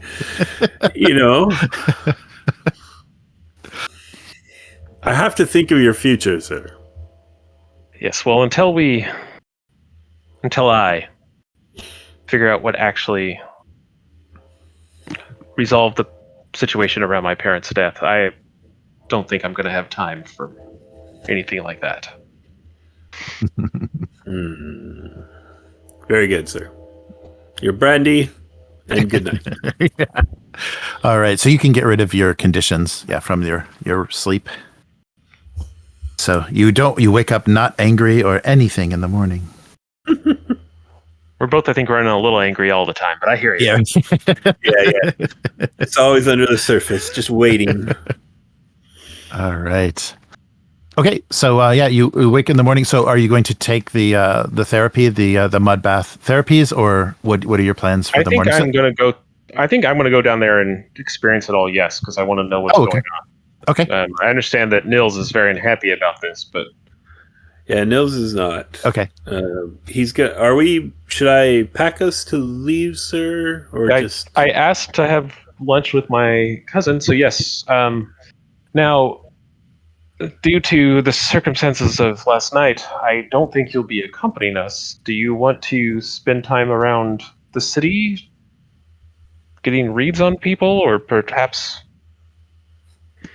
I don't know, finding out what you can about these pits? How far are we from? Oh yes, we're pretty far from the. Yeah, it's a bit. Let me bring that up. The map. Can I activate? So, are you guys seeing it? Yes. Okay, good. Yeah, so there's the island. So yeah, it's more inland, and let's see how far they describe it. You'll have to take a coach. 15 clicks according to the little ruler thing. Oh, okay, yeah. So it'll take the easiest way. It's about 2 hours on a narrow, bumpy road from Arnsberg, the Kali village. That's a little far. I can get you a coach if you need, or I can give you the money for a coach if you need it. Yeah, why not? Okay. May I take? Right. Is that? No, we wouldn't have him around, would we? Is that Teet? Yeah. No, I think he's taking me to. Taking you to lunch. So I will give you one, or I'll give you 2 of my capital. Ooh, Matt. Oh, wow! So that's 2 spending points. That's capital. Yes. Yeah, that's a lot to. You might come back with a new hat or something. Yeah. I think I'm not gonna tell Aksel, but Nils has had like a little, because he is a little angry, and like he feels like he doesn't know what's going on, but he feels like he knows who the bad guys are. Mm-hmm. And so I'm going to actually go to the church. Okay. And because I think it would offend the villagers, I'm going to try to get Father Cornelius to go with me. Oh, right. Okay. Very good. All right. So, let's do that. So you guys are so you'll get an additional coach. Yeah. So Teet shows up for the lunch to pick you up for. Oh, let's rewind. That's right. So you wanted to do the baths. Yeah. So the Dr. Norman is there in the morning, and so he shows Aksel to the baths, and is attended by the staff, and it's very luxurious and amazingly invigorating. So you feel a huge physical relief. So not only did you sleep well after the tea and then brandy, but the baths themselves have a quite an amazing effect on you. You feel very, very, very vigorous. I don't think there is going to be, but there's no symbology or runes or trollcraft going on here, is there? Oh, right. Yeah, not from anything that you've noticed. No, you don't see. And if you inspect really closely, there isn't anything connecting the sanatorium to anything, any of the symbols or anything that you now know about for trollcraft. So nothing directly related. It's just something in the properties of the land and water. Before Nils leaves, he's going to pack Aksel completely in case he decides he needs to leave the room. Oh, okay. And he's going to pack his own bag with all his gear, because he does have that archaeological equipment. Yes, that's right. And take that with him. Okay. All right. Interesting. Okay, so you're gonna you'll take the coach. You'll stop by the church and okay, request the father. Swallow his innate distrust of Russians. Right. All right. So let's see. Which should we do first? So, yeah, Axel. Do him first because I gotta step away for a moment. Oh, sure. Okay. Yeah. So you have an uneventful but very positive experience from the mud baths. Do you want to ask anybody? Do you have any questions or anything you want to ask any of the staff, or are you happy? I don't think I have anything. I mean, we don't have to like role play this out, but I'll inquire as to where they got the mud.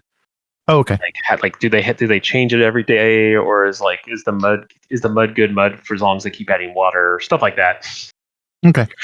Yeah, and they do explain that it's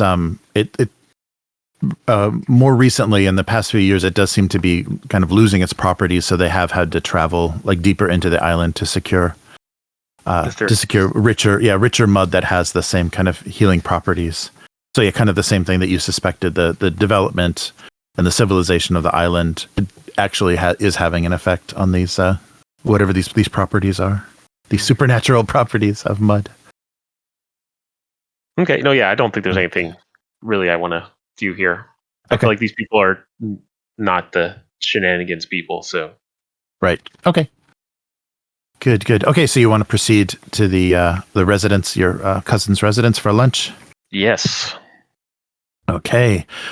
So when you arrive at his estate, so Teet brings you on the same coach that he's always driving, and brings you to the estate. And the first thing that you notice is Father Cornelius and a group of his congregation are out front.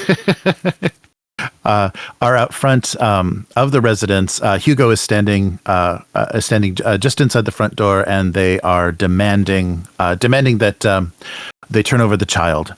They need. Father Cornelius says, "We need to take this child to the church to protect it from evil." And the Edward is in the arms of Ino, the wet nurse, a little bit further inside, and Hugo is standing in the doorway, just trying to reason with the father, and he seems very hesitant about this, and as he sees you approach, he waves you over and asks, the Father Cornelius is saying he needs to take the baby away. Our wet nurse says that this is a terrible idea, that he doesn't that she doesn't trust what will happen to the child, and I don't know what to do. What do you recommend, Aksel? I rely on your guidance for this. This is a very difficult situation. I know what my wife would want, but I just can't. I don't feel comfortable with the father and his demands. Well, tell me, cousin, are you a Christian man? I was raised to be, but of course my my analytical and scientific mind doesn't quite believe the father has any true power or authority. I know my wife has found great comfort in being a member of his church, but no, myself, I don't believe this has anything to do with the devil or evil spirits. Are you a pagan man? Well, my study of the ancient cultures and language and songs of this island, I wouldn't say that I worship anything that they do, but I'm very enamored with the beauty and the power of these old ways. I'm not a believer in any sense. This is purely intellectual, intellectually charming for me. But their music and traditions are quite beautiful. Lovely. Yes. Well, my question is, what do you think that this rite will do? What will if you do not believe it's truly something that can harm or is real, what is your fear of them forming it? Well, the people of the villages, the villagers I've spoken to have a very adverse effect to any Christian words or symbols. One time, the father accompanied me to the village and was praying and attempting to, as he claims, purify some of these simple folks, and their reaction was very strong. So I don't quite understand if they're. I don't know what he's doing, and I don't know what exactly is causing this effect. But I don't want my child around it if it's something that could actually harm him. I know that in your room you have crucifixes, symbols of the church. Yes, my wife. Yes. I did not see them anywhere else in your house. Right. Yes. I knew our wet nurse is not a believer in the Christian church, and I myself, of course, am quite. Have I guess. you ever viewed your child around these symbols? No, actually.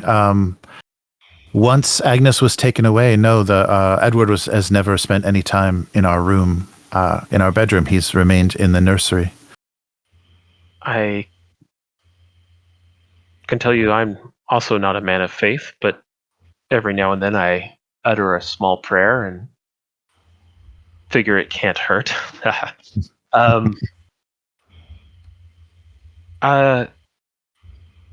And I'll say maybe a small prayer now will set the priest at ease, and we can defuse the situation.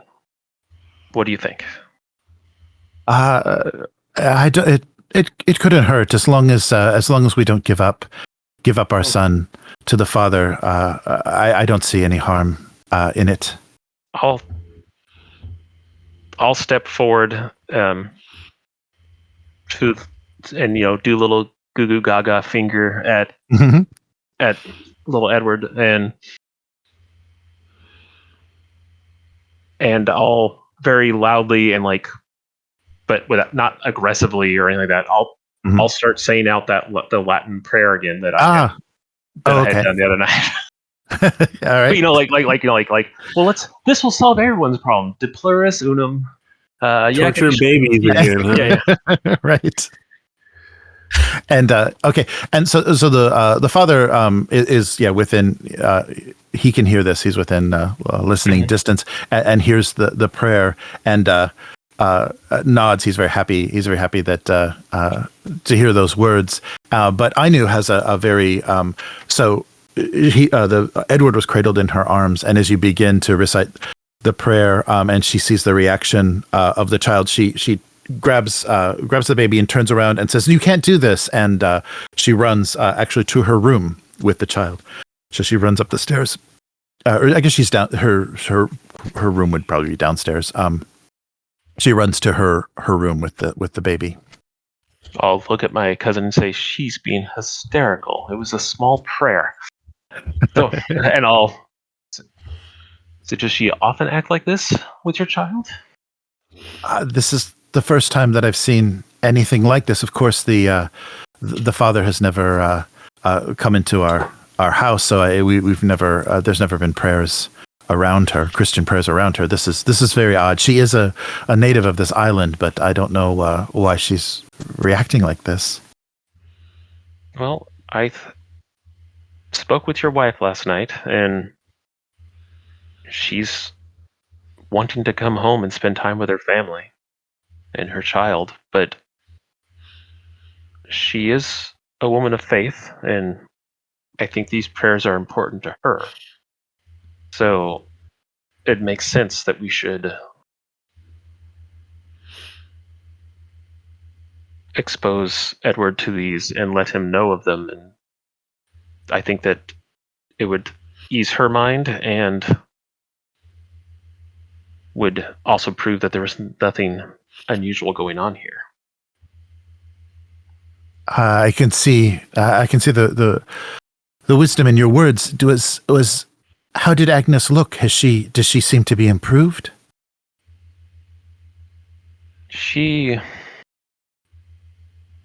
I'm going to be honest with you, she did not look well. Being separated from her child, any mother from their child this early, it's quite hard on her. But I see. Let's go talk to the nurse. Okay. She's been a little overprotective of your child from you and me. She practically yanked him out of my arms the other night when I was merely holding him. I'm sure she's just being overly protective with my wife not being here. I'm sorry. I'm sorry about that. I will make sure that I will let her know that that's not appropriate. Should we ask for the father to accompany us? I think we should ask for the father to wait here. I don't think we need to. Your nurse obviously was agitated by the prayer. I don't think the priest is going to. Did you steal my priest? Yes, he was here when I got here. Yeah, the priest was outside the residence. Yes. And really, all I want is for Edward to be safe and your wife to come back. So let's take this slowly, cautiously, and as men of science, logically, so as not to excite all of these people who are way too excitable. I don't know what the right word is. Oh, okay. Okay. Yeah. So Hugo, I'll go out and speak to the father. Oh, okay. And then also I'll go back out to him. Okay. So to Father Cornelius. Father Cornelius. Yes. Okay. Yes. So have you? Yes. have you gotten the child out? We need to bring this child to the church. If you've read the volume that I've lent to you, I think only an exorcism is the only thing that will free this child from the evil that has claimed it. Yes, I will take the child to the church myself. However, there is a lot of worry and fright from the father and from the nurse that he's come to rely on to take care of the child's needs. You and I are both calm men who understand the power of prayer, and I fear that they are acting irrationally. They trust me. Let me soothe them, and I will bring the child myself. I fear there will be much conflict and anxiety if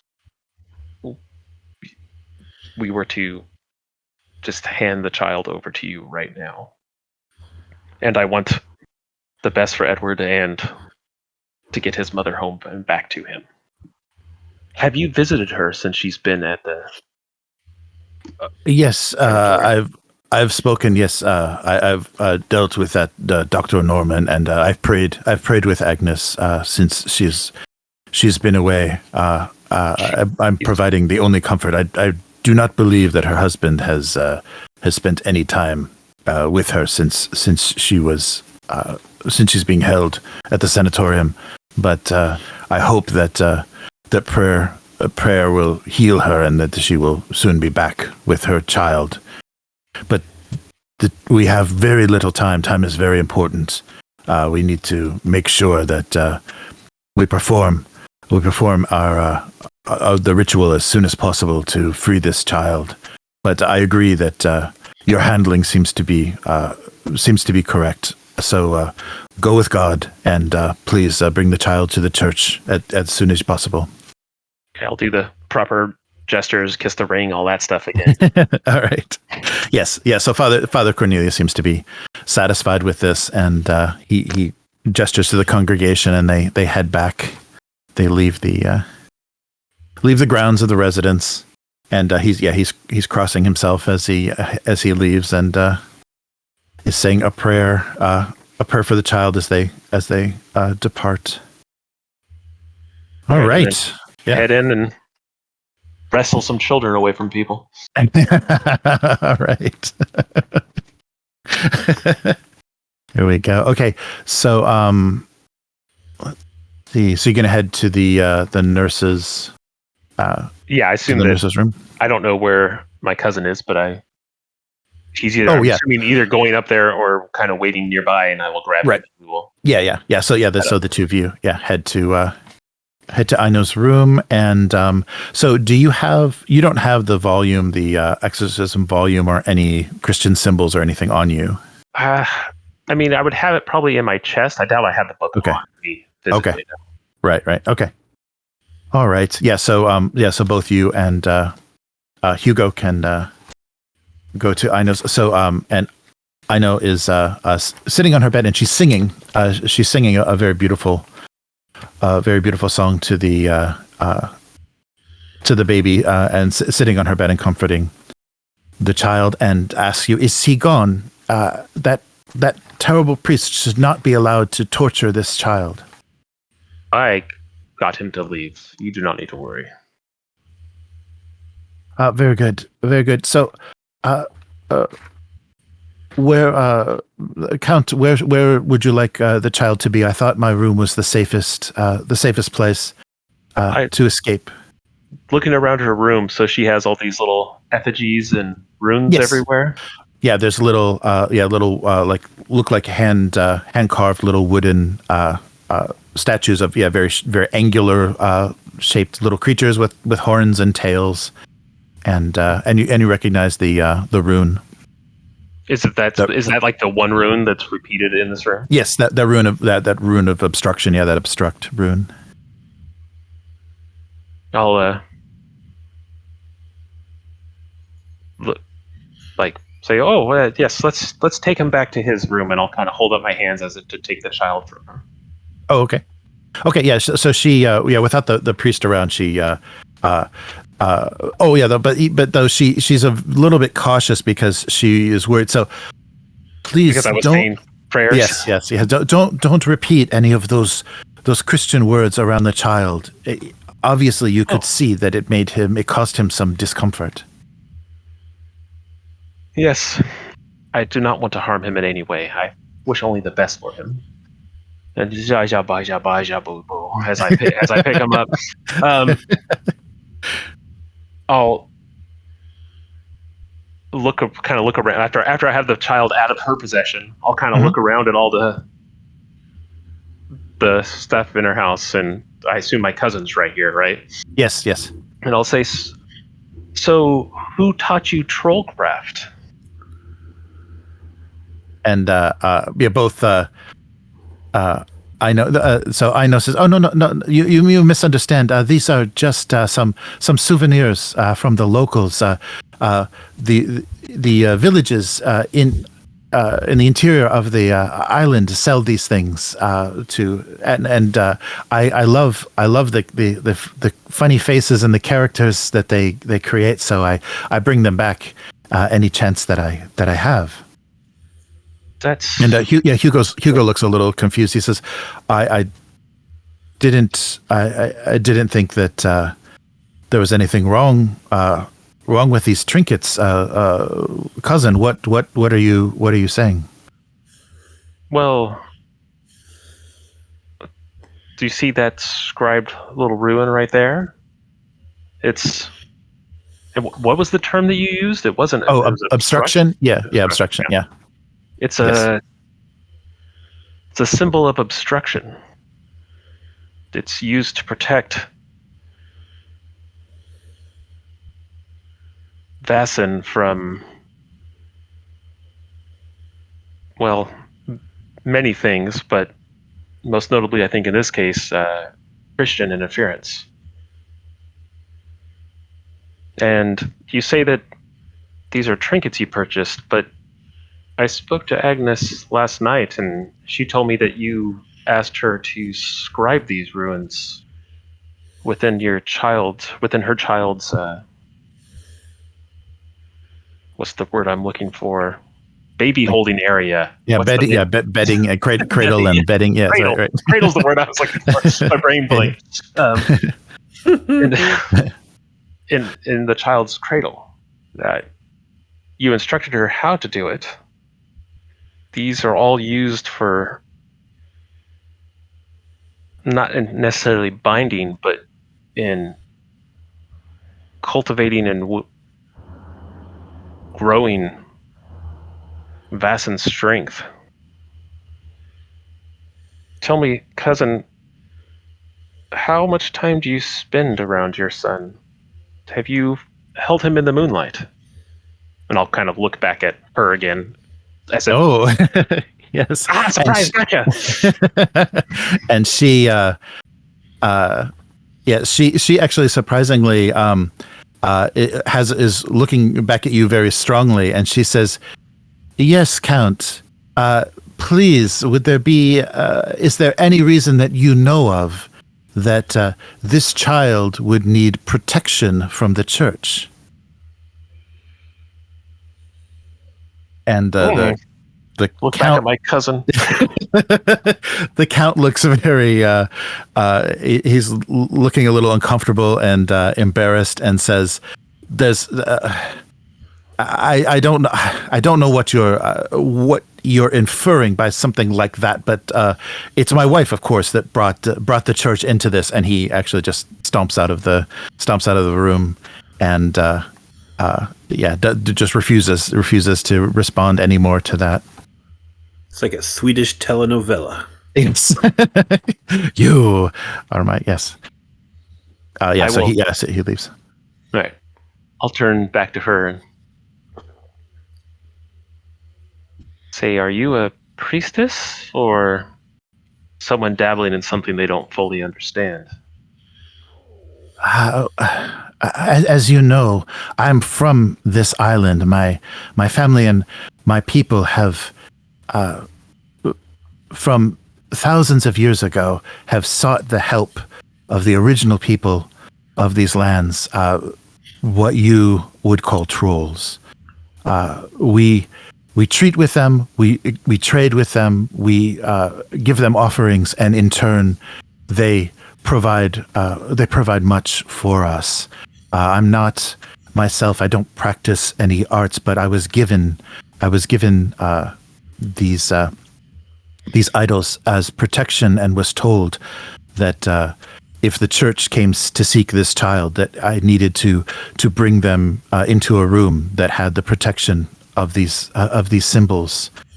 I suspect, and I know this threatens my employment and everything here, but I suspect. Threatened.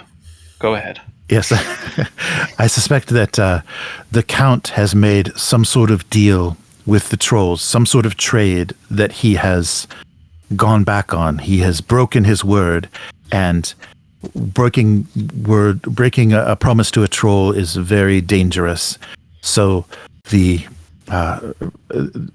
has threatened the life of his family, and I believe it has something to do with the instrument that he spends so much time playing in the living room. It's gained him much fame. In fact, he's actually performed in the city at some of the taverns, playing this instrument and singing the traditional songs of this island. But something has put him at odds with the trolls, and that is when the evil started here. They're not. I guess she wouldn't say evil. That is when things went wrong here. Yeah, she wouldn't. Sorry, she wouldn't say evil. She doesn't say evil. I'll tell her, well,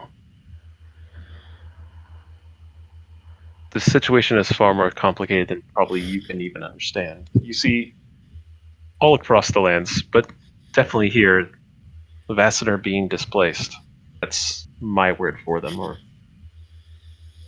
I'm assuming that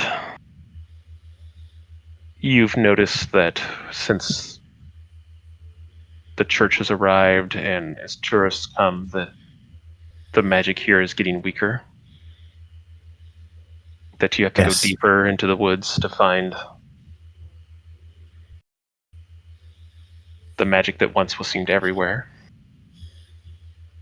Do you Yes, care for this child?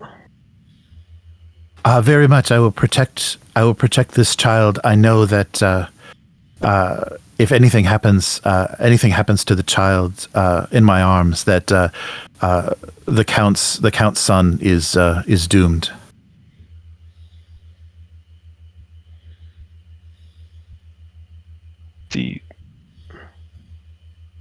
Would you give it to the trolls if they came? Not without the return of Edward, of course. But this, I believe, I'm almost certain that this child is a troll child. I think that's obvious when you look at it in the moonlight. Do you know where Edward is being kept? No, I wasn't. I was told after the fact that the switch was made. So I don't know where he is, and I'm not even sure when it happened. But I do know that this child needs protection from the church, and that he is the only. Of course, the count correcting his error and returning this child is the only way that he will see his son.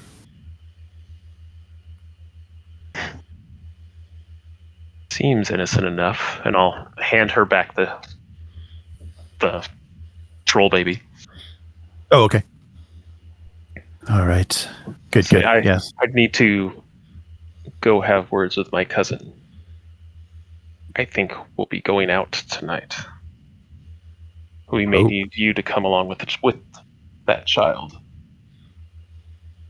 And very good. Turn around and just walk out before she says anything else, because I don't want to. Okay. Good. Do you want to hop over to Matt being lost? Yeah. So Matt's waiting in a coach. Oh, my priest! But yeah, it's not a big city. So you see so you initially stopped and inquired at the church, and were told that the father had left for some business at the Von Kaiserling residence. And if you just wait a few moments, I'm sure he shouldn't be back before too long. And just a few more minutes, and you see the approach of the group with Father Cornelius leading his congregation. Congregation? Yeah, he had some, not the whole congregation, but his members of his congregation. So he has about half a dozen people with him, just for. I probably missed that. When I was. Oh yeah, that's right. Yeah. It was Father had some backup with him just in case. A mob? Did he have a mob? It was a little bit of a mob. Since it was daytime, there weren't any torches, but it could have gotten to that. Only one pitchfork. Yes, only one, and so he greets you. You are the butler for Master Aksel. Yes, I've just spoke to him at the Count's estate. He will be bringing us the child as soon as possible. We need to fix this situation. We need to perform the ritual that will dispel the demon within that child. Bringing you the child ritual. Yes. When is this supposed to take place? As soon as Master Aksel can bring me this infant. Yes, and you hear the members of the congregation say, yes, an exorcism must be performed. Yes, we must save this child's soul. So yeah, they're very convinced that they are dealing with a possessed baby. Mm-hmm. You ever consider it might just be a troll? You mean a demon? That's exactly what we hope to remove from this human child. A possessed baby. I think, Father, if you traveled a little more and opened your eyes, you'd see that not everything you can't explain is a demon. I was here to engage you to come with me to the village. Ah, yes. Well, I would love an opportunity to cleanse some of these simple people at the smaller villages in this island. Of course, I would be more than happy to accompany you if you need my services. Yes, that's what I need. I need you to go out there and annoy them the way you're annoying me right now. Well, annoy is not exactly my intention. Oh, I'm sorry. Cleanse. Yes, yes. Of course, I will accompany you. Do you wish any of my my followers to come with us? Just myself. Nils looks around. It's like, no, I don't think I'll require your mom. Thank you. All right. Yeah, you need no manipulation. The father is more than happy for an excuse to visit the Kali village. Well, I have a coach. Why don't you hop in there and mind your hat? Very good. Very good. And he actually he says just a moment, and he retrieves his little portable, so some holy water and a little portable, a leather kind of travel bag that has a lot of his vestments and little implements. Bug out bag. Yes, the priest bug out bag. Yes, so yeah, he returns and is with you in the coach. On the way there, I want to kind of shake him down. I want to ask him about, where he's from, what he did before he was a priest, try to get a read on him. Oh, okay. Yeah, he gives you the story that matches what Aksel told you. He was an orphan on the streets of St. Petersburg and was a fighter. He was kind of a street fighter that he was, that was how he was making his money, and was saved by the church and dedicated his life to to spreading the word and among the growing Russian population and abroad. And so he was sent to this island because and after the popularity of the language and the songs and the culture that came from here, they saw this as a very, very non-Christian, and this church was established and needed a strong leader to help spread the word and kind of gain protect the kind of trade and revenue that was starting to come in from the more and more affluent citizens. Nils is gonna kind of look him over, and you Orthodox priests, you can marry, yes? Yes, can we? Yes. Yes. yes. Of course we can. And are you married? No, I have not. My calling keeps me too busy to care for a wife. Mm. I wonder if you did have a wife and child, if your fervent faith would be quite the same as it is right now. An interesting question. Yes, I've known many of my congregation that have lost their fire after marriage. Do you have any of those excellent Russian gang tattoos? oh, interesting. Yeah, he. I guess because he lived on the street until like a young man. So yeah, he might have.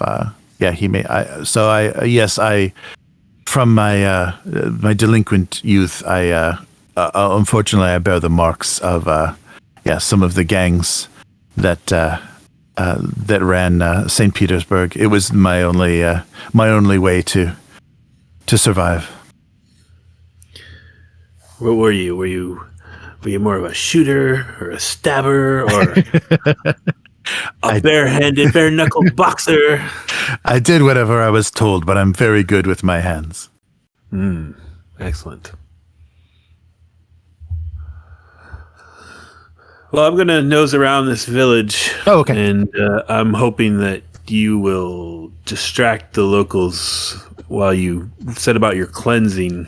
Yes, I appreciate this opportunity to revisit some of these confused people. I know that black magic is common in this village, specifically where the Count spent much of his time. And as I expressed to you and your young master, I believe that his dabbling, his tampering in these dark arts is what brought this devil to his family.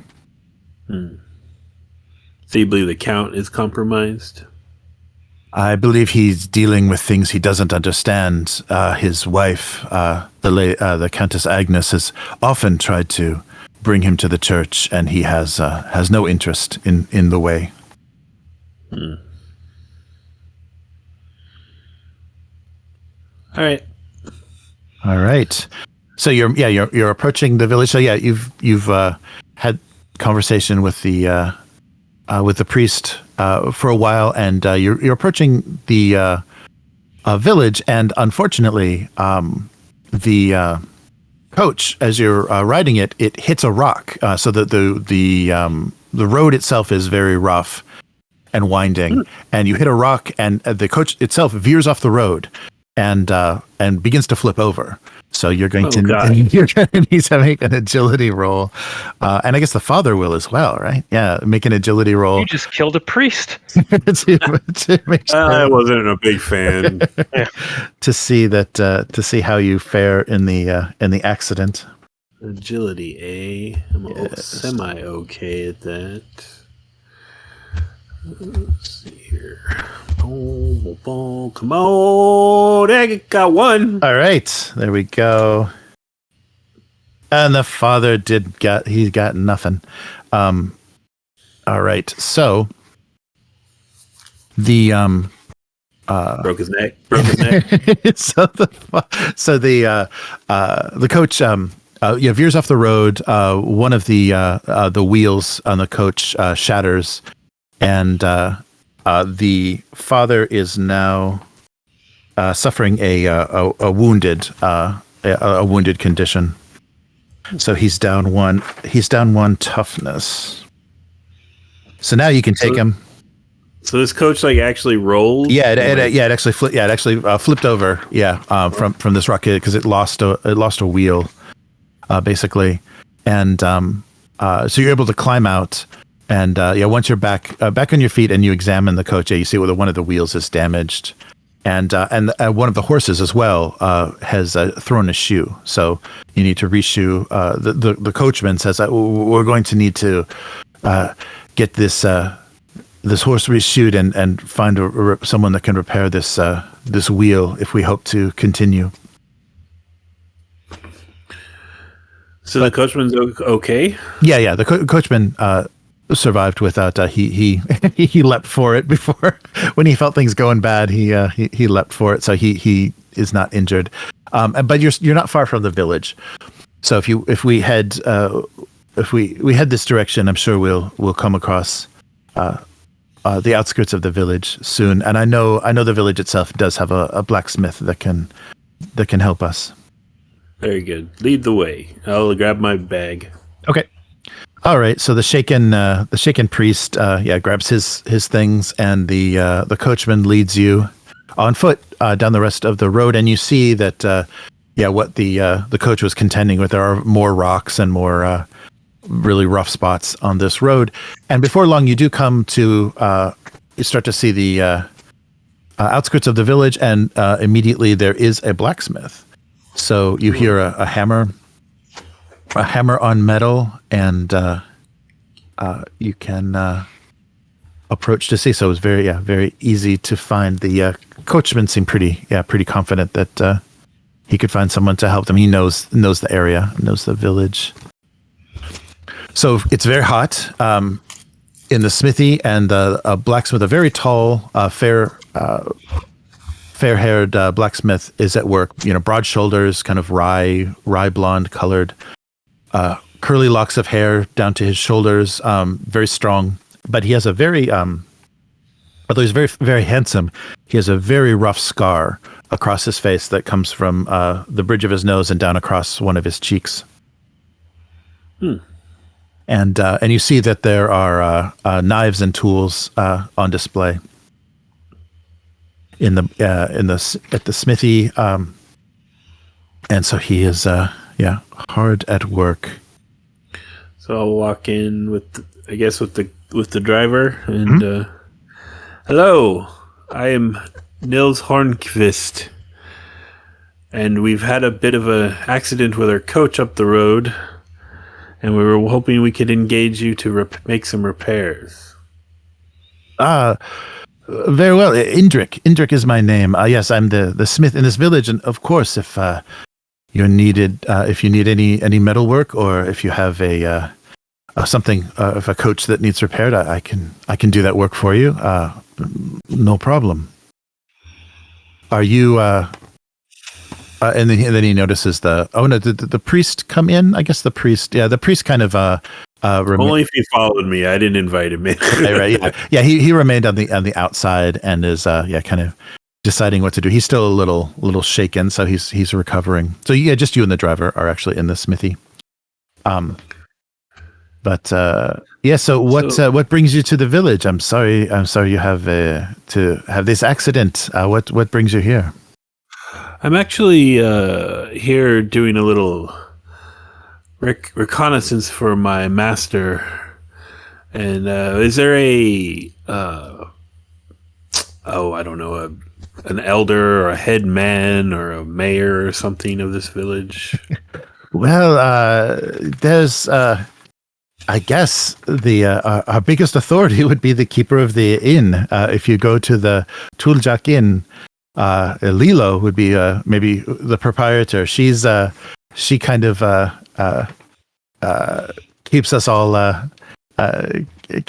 well behaved, and she would be the biggest authority of the village. There's not many people here, but as you can see, we have a very wonderful relationship to the land and these forests. So I hope you enjoy yourself. The inn itself has amazing food and beer. I'm sure every outsider compliments it very much. So I would recommend the inn, but please let me know what you need to do or what you need me to do to help repair your coach.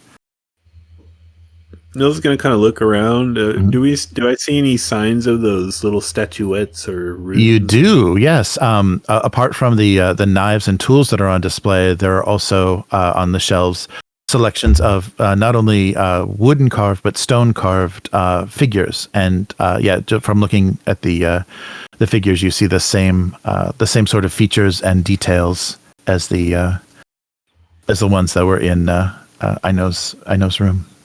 Mm-hmm. Well, I'll leave you with the driver here to explain what repairs he needs, and of course, you just contact me, and I will happily compensate you for your labors. Yeah, very good. I will get right to work. And why don't you roll vigilance? Just because you're watching, he continues to his work as he's conversing with you. So give me a vigilance roll to see. Vigilance. Oh, you're not here. I don't get the bonus. Oh, right. Oh no. All right. Here we go. I suck at this. Right. Okay. All right. So yeah, he's pounding. Pounding with the anvil, and you don't notice anything specifically. And but he does say, you wouldn't have any connection to the Count van Kaiserling that used to visit here so often. Well, I am the manservant of his cousin Aksel. Ah, interesting. Yes, well, that he certainly was a man of worldly ambitions. He learned to sing and play our music and our songs very much. He was able to actually bring a tear to my eye with with the beauty of his music, I'm sure it would affect even the toughest of trolls. Oh, really? Spent a lot of time here, did he? Yes, the craters was his biggest, the biggest attraction for him. He was very obsessed with kind of the ancient rituals involved. Of course, our people leave offerings in these craters to perform the various rites of our beliefs. These craters, have they always been here? Yes. They are. The old stories talk about how the children fell. Children fell from the sky to make these the craters on this island, and it's basically they say that's what brought us here. Mm-hmm. Where would I find one of these craters? There are 9 of them. If mostly surrounding this island, they're all a short walk from them. The largest is actually a lake now. The Kali Lake is not far from here, and it's the largest of these craters, but now has filled with water. So it's quite beautiful, especially in the moonlight. Oh yes, so many things are revealed by moonlight. And he smiles at you, yeah, very knowingly. Thank you again. I will walk into town now and just come fetch me when it's time to settle up. Very good. And you notice also on him that like along his hairline and maybe the line of his jaw, that he has the very similar greenish hue to what you saw on the child in the moonlight. So even not in the moonlight, he there's something a little odd about his oh my his God. coloration. It's a village of trolls. All right. Yeah, so Nils will leave and Oh yeah, just head to the old windmill. The inn has been converted from a windmill in the village. Excellent. I'll step outside and this way, Father.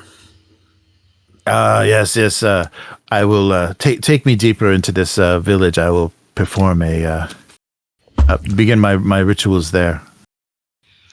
Maybe talk to the people for a little bit. Let's. I'd really hate to see you on a spit. That's not true. I wouldn't mind at all. But anyway, yes, let's walk. You can talk to the locals maybe before you start your fervent sermons. Get a feel for them. All right. Yeah, he grudgingly follows you. He's, the sooner the better to cleanse this place. Right. I'm going to go into this windmill inn. Why don't you walk around town and see what you can see? Okay. All right. Yeah. So the priest remains outside. The driver remained with the blacksmith to kind of explain what's needed. And all right. Don't we have cell phones? Yeah. Right. So so when you enter the inn, there's a very warm and boisterous atmosphere. Amazing smells of baked bread. There's beer and sauerkraut. So wooden benches and tables fill the entire space, and everyone looks to be enjoying food and beer. And you see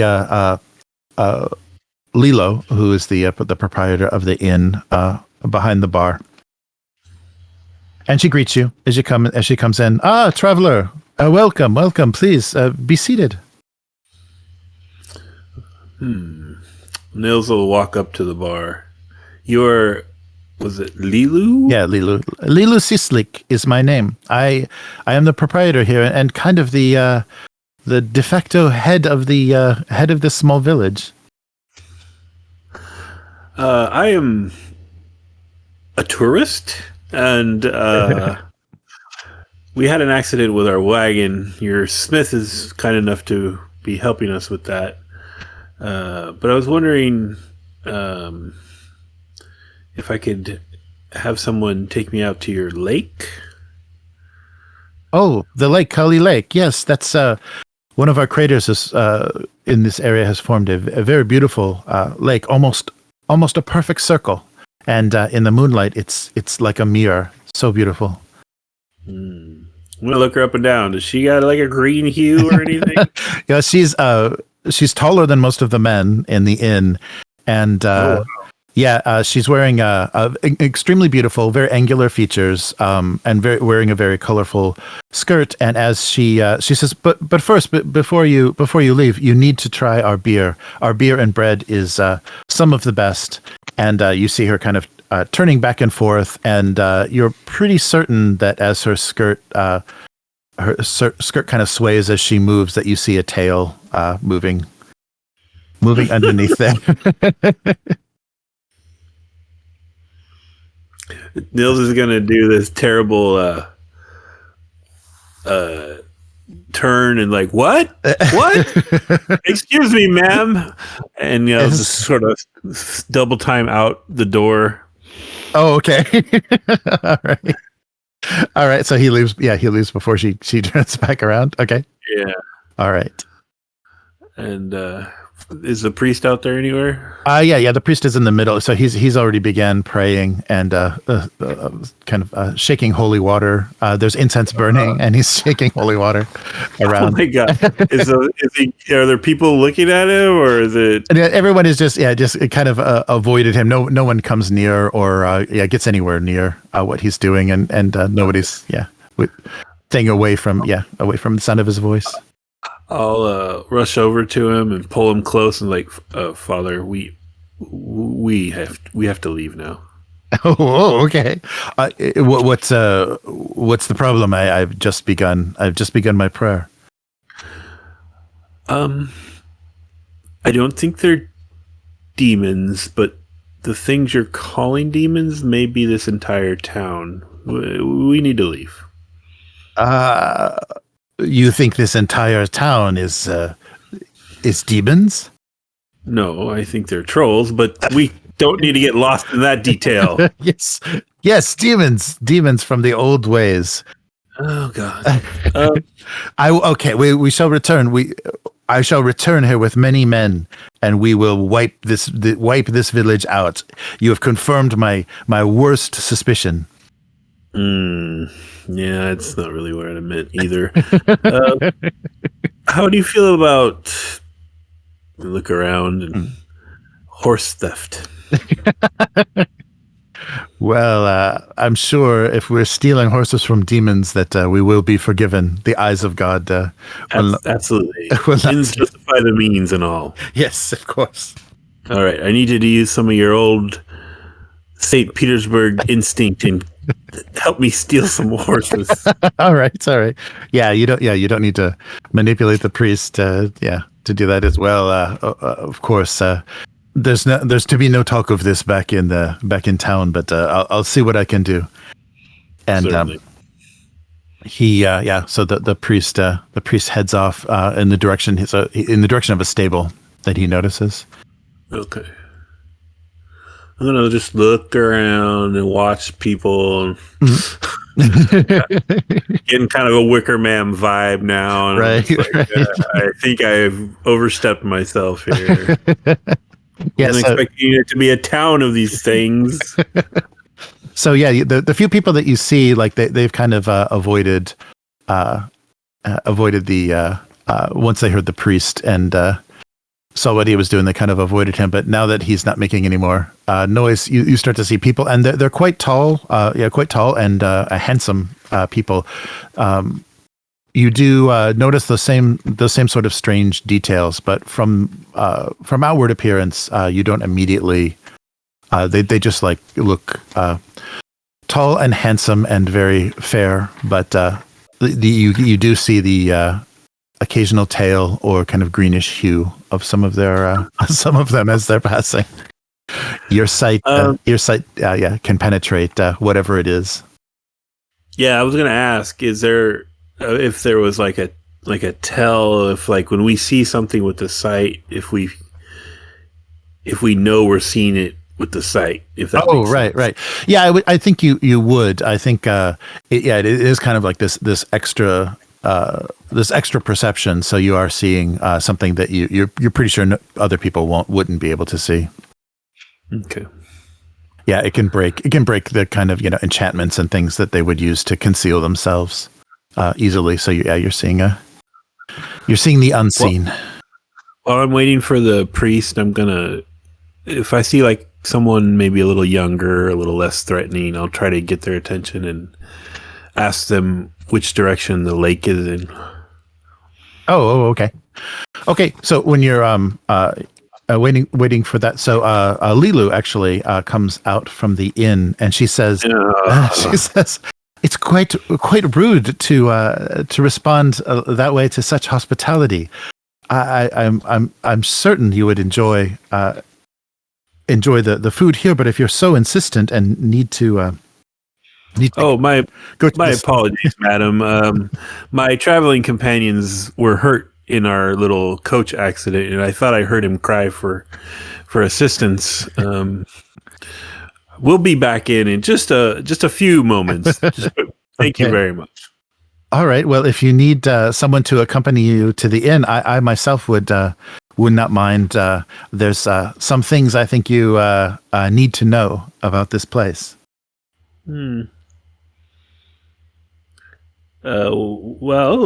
Maybe out here in the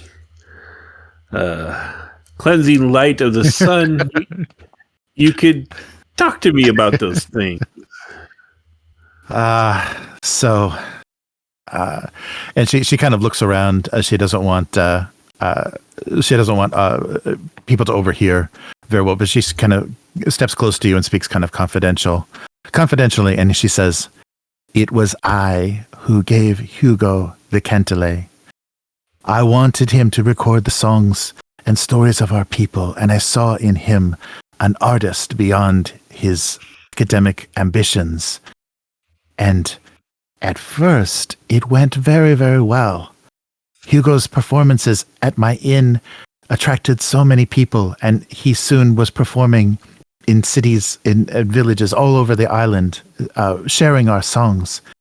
But once he finished his dissertation, it became clear he had forgotten the promise he made to me. He was to return the instrument." And then she starts to look you see like a fire and a very passion in her eyes.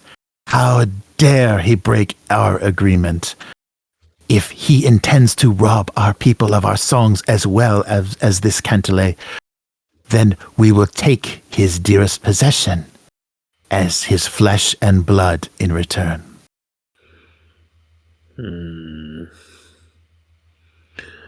So Nils is trying to steady himself because this is like his third major encounter with, right. Yes. with like a Vaesen, and so he's afraid he's gonna fall apart again, and he's like, you're okay. And he kind of looks her in her weird trolly eyes, and it seems that, as they say, our cards are on the table now. If I were to return this instrument to you,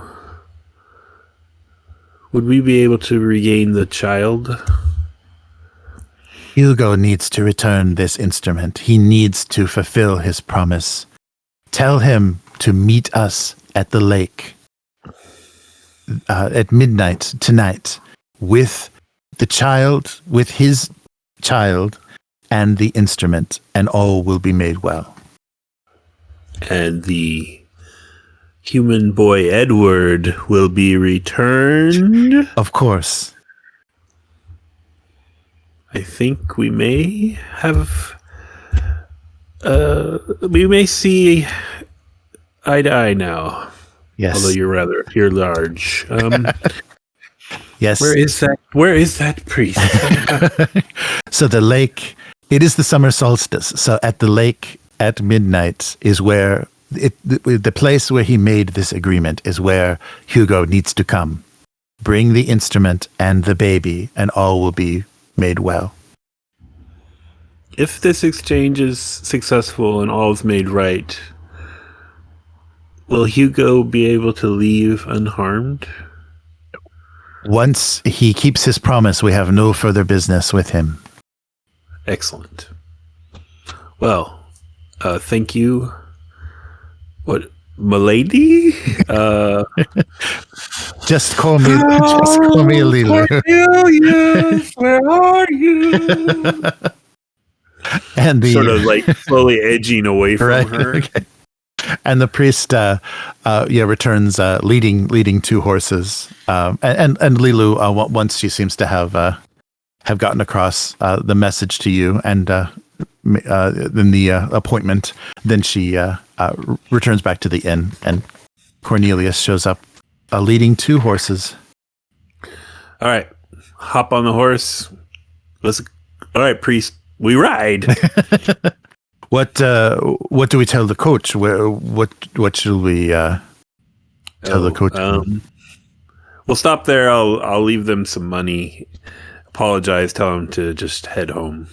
Very good. And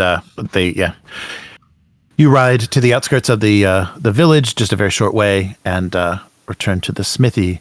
The priest dismounts to follow you in to see the blacksmith, and a very strange thing happens. So you walk through the door of the smith, and the priest himself is stopped.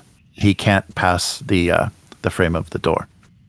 There's some sort of just force that stops him. So he's very very startled that he's unable. It's almost like he's walked into a pane of glass. Is the smith inside? Yes, the smith is inside, and he notices. That, sir, is brilliant. I would love to learn how you do that. Well, perhaps you would be interested in some of the small idols we have. These carvings are my people's are what my people use to no to perform this.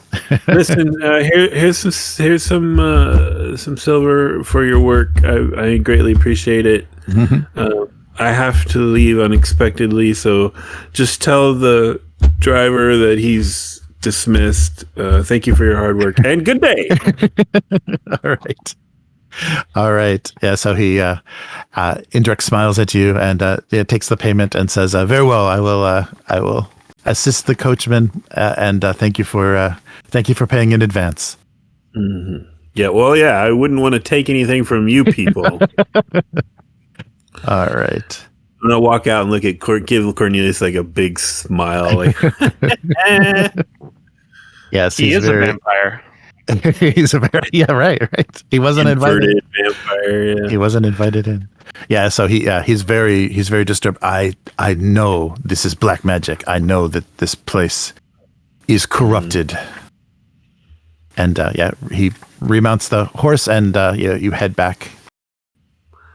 Being very mindful of stones yes. appearing in the road. Don't throw any shoes. Yeah, roll for to stay shod. Mm-hmm. All right. Yeah. So you don't have any events happening, but you do have. It is this evening that Lilo wanted you to return. Yeah, I'm gonna suggest to the father that he go check on his church. Okay. Yep. So you make your way, and then I'm gonna go to the house of the count. Okay. Yes, I will. I will. I'm sorry that we didn't have more success in that village, but yeah.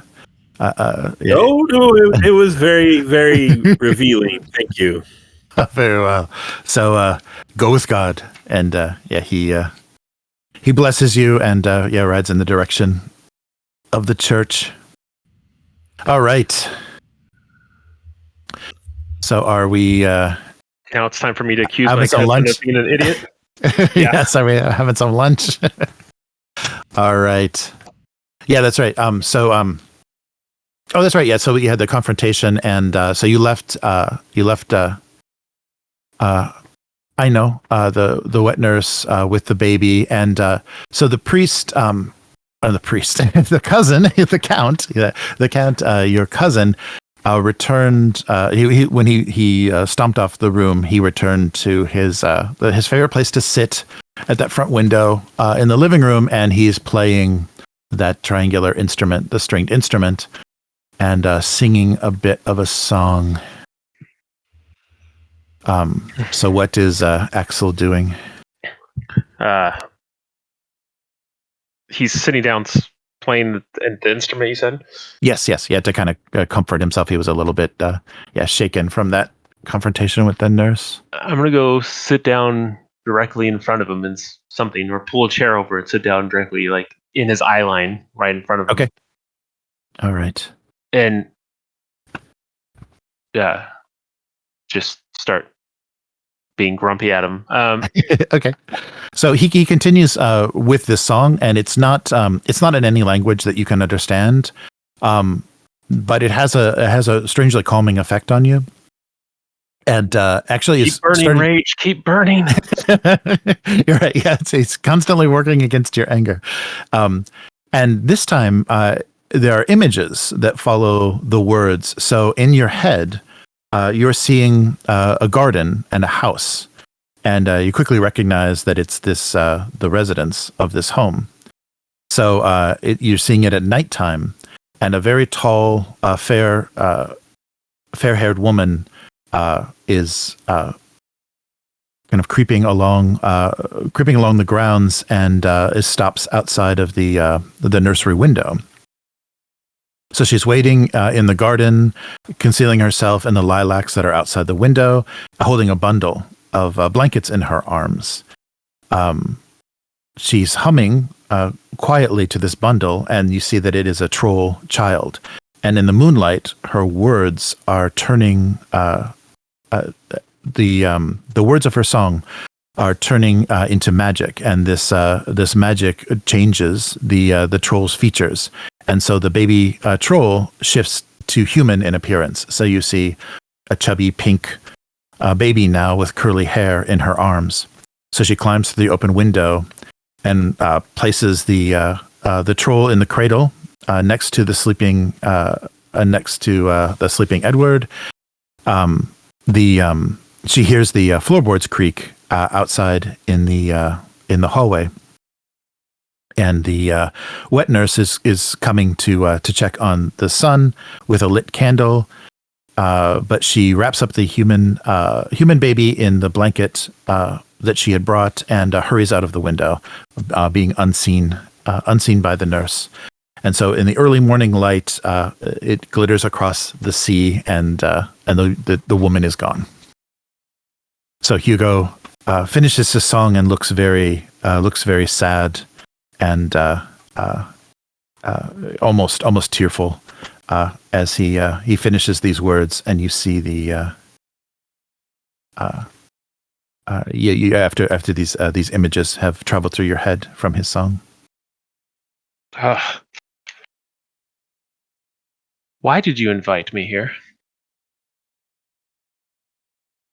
I know that I did something wrong, and I thought you would be the only person that could understand this. I didn't mean to deceive you involving the church. I know the church is not a positive influence on my wife, but I know it's what I did that caused this.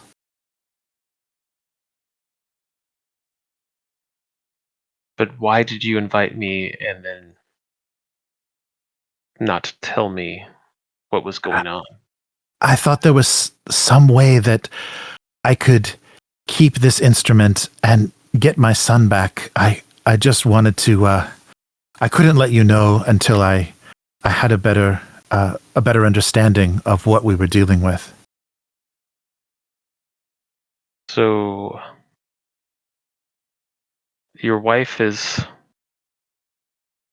locked away with a heart filled with sorrow. Your son is missing, taken by trolls, and you want to keep that thing? That's what's important to you? This is what brought me all of my acclaim. Everything that my work is based on came from this instrument and came from the words that they taught me. I can't give it up. I've come so far. There's got to be a way. There's got to be a way I can keep it and get back my son. I couldn't let my wife harm that changeling that they left in its place. Otherwise, Edward would be gone forever.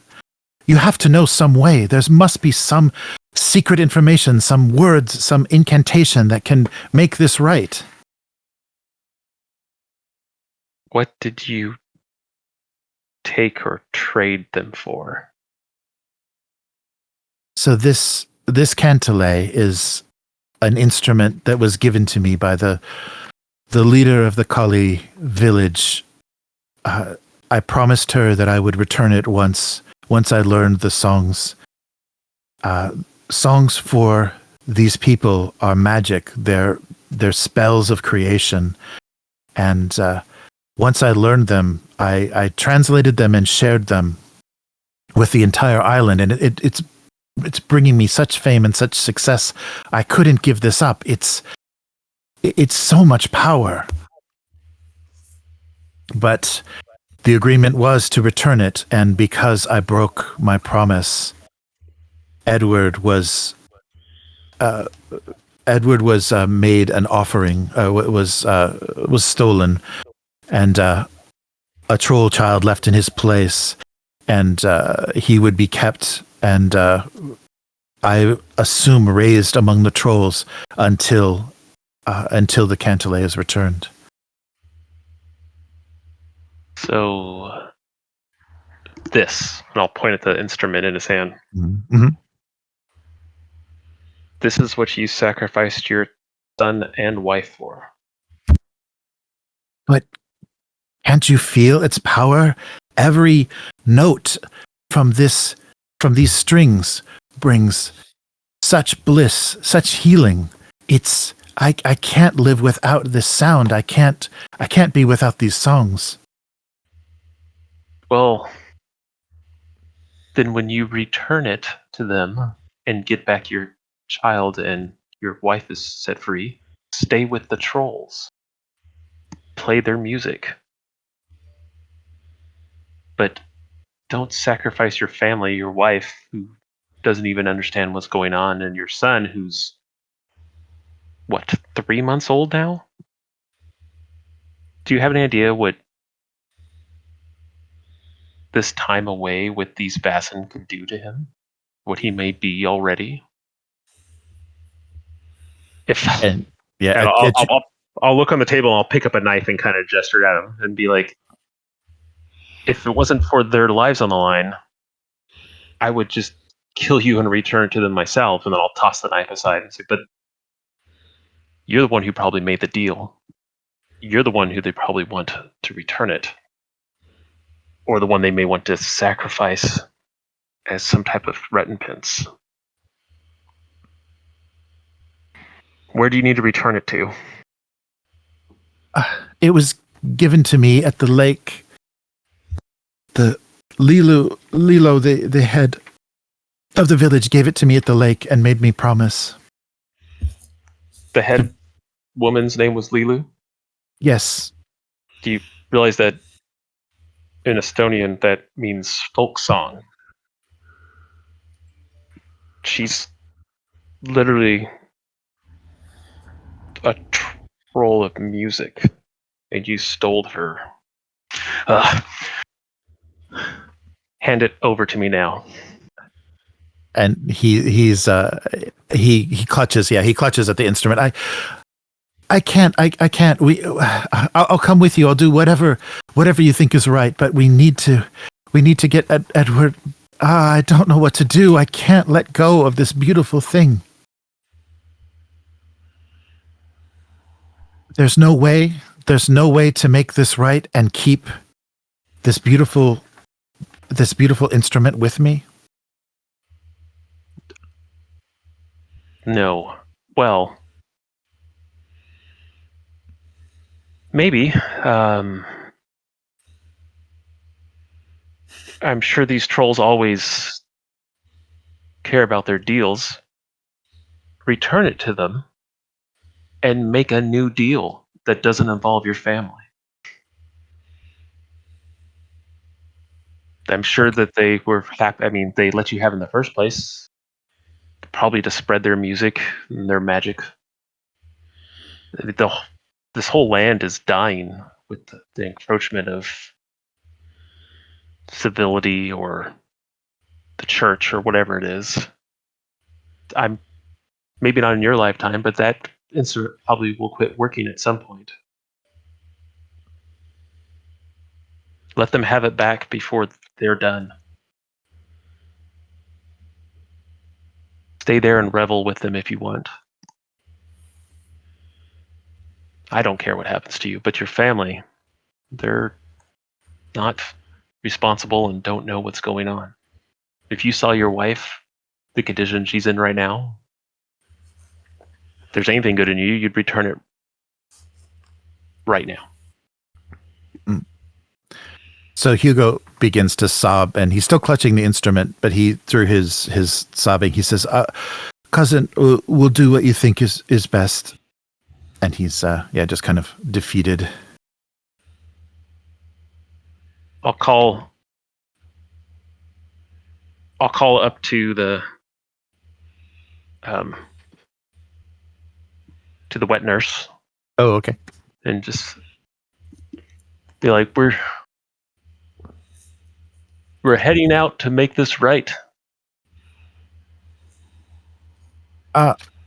Bring the child. I'm sure they'll want to hit back too.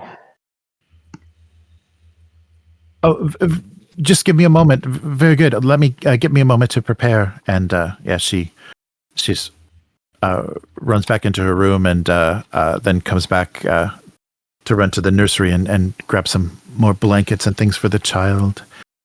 So yeah, she's excited by your words and preparing to leave. And Hugo is just kind of defeated, clutching his cantelet. All Teat. Right. Yes, Teat, let's go. All right.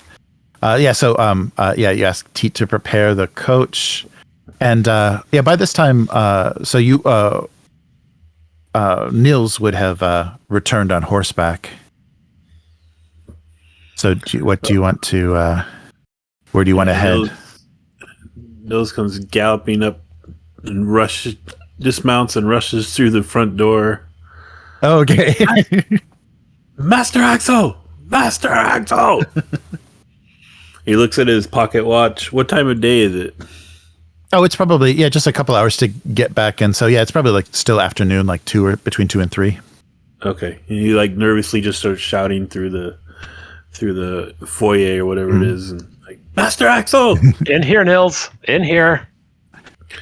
And I'll do a sloppy slide run into the room and, sir, I have solved the case. Yes, is it that he made a deal with trolls and reneged on it, and now we must return the instrument and the child to set things right? No, I mean yes. Damn it. Nice. Okay, but you didn't know the whole village are trolls. Well, or at least Lilu is. No.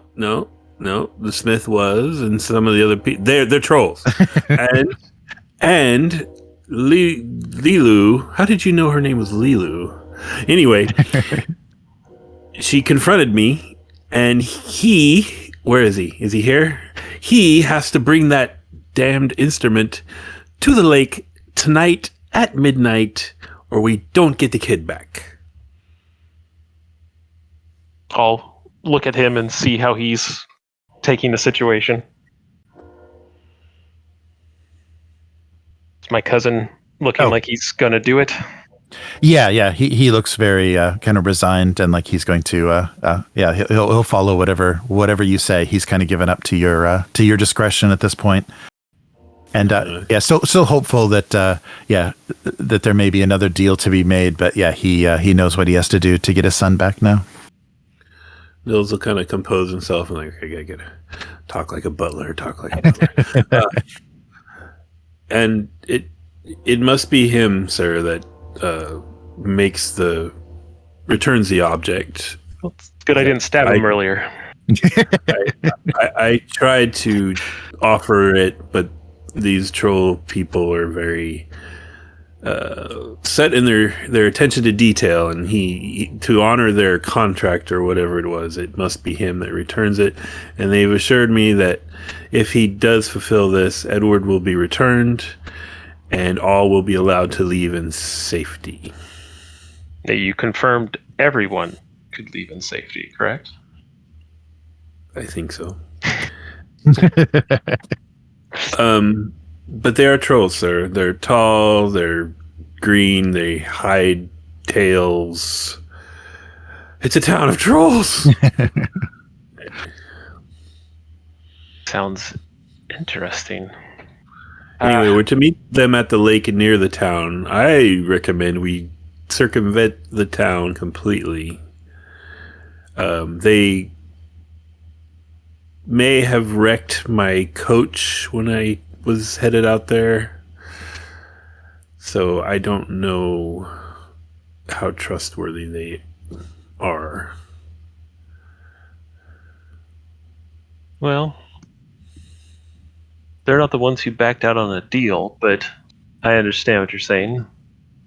Pack my camera with extra towels around it so it won't get damaged if anything happens. Of course. I turn to my cousin and I just say, I suggest we head out now so as not to be late. Do you agree? Yes. Yeah. Why don't you give me a manipulation roll? So he does seem like he's resigned, but he's not moving. Like when you say, yeah, let's go now, he doesn't seem to move. So give me some manipulation.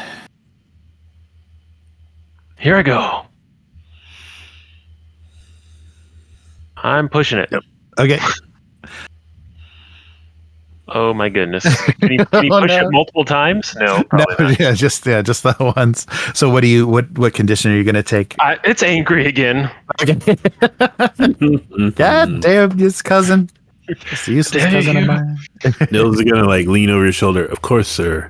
If they are so concerned with the letter of the law, perhaps his unconscious body holding the instrument would satisfy the requirement. Yes. Start cutting up that tablecloth. We'll wrap him hand and foot if we have to. Okay. Very good, sir. All right. Yeah. So yeah. Hugo doesn't seem to be moving. So are you gonna? Yeah. And are you gonna bind him then? Are you gonna kind of? Well, I think first Nils will just try to use force to get him up on his feet and start walking out and see if he resists. Yeah. No. He doesn't resist. He just kind of follows along. You're significantly stronger than he is. So yeah, you can manipulate him. He just doesn't seem to want to willingly do anything at this point. It was quite unnerving, sir. It's like a town of green-tinted Amazons. And yeah, and document it. No. Oh, right. You got the camera. That's right. Mm-hmm. That's right. Oh, and also, I met the priest, and he had a mob. Do you know anything about this? Yes, they were here at the house earlier. I talked them down. I think we need to conclude this arrangement quickly, sir, because I think he thinks he's going to expunge that village of its inhabitants.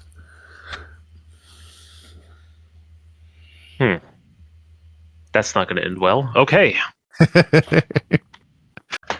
All right. To the cart or coach. Yes. All right. Okay. Yeah. So yeah, you can head to the coach with Hugo, and so.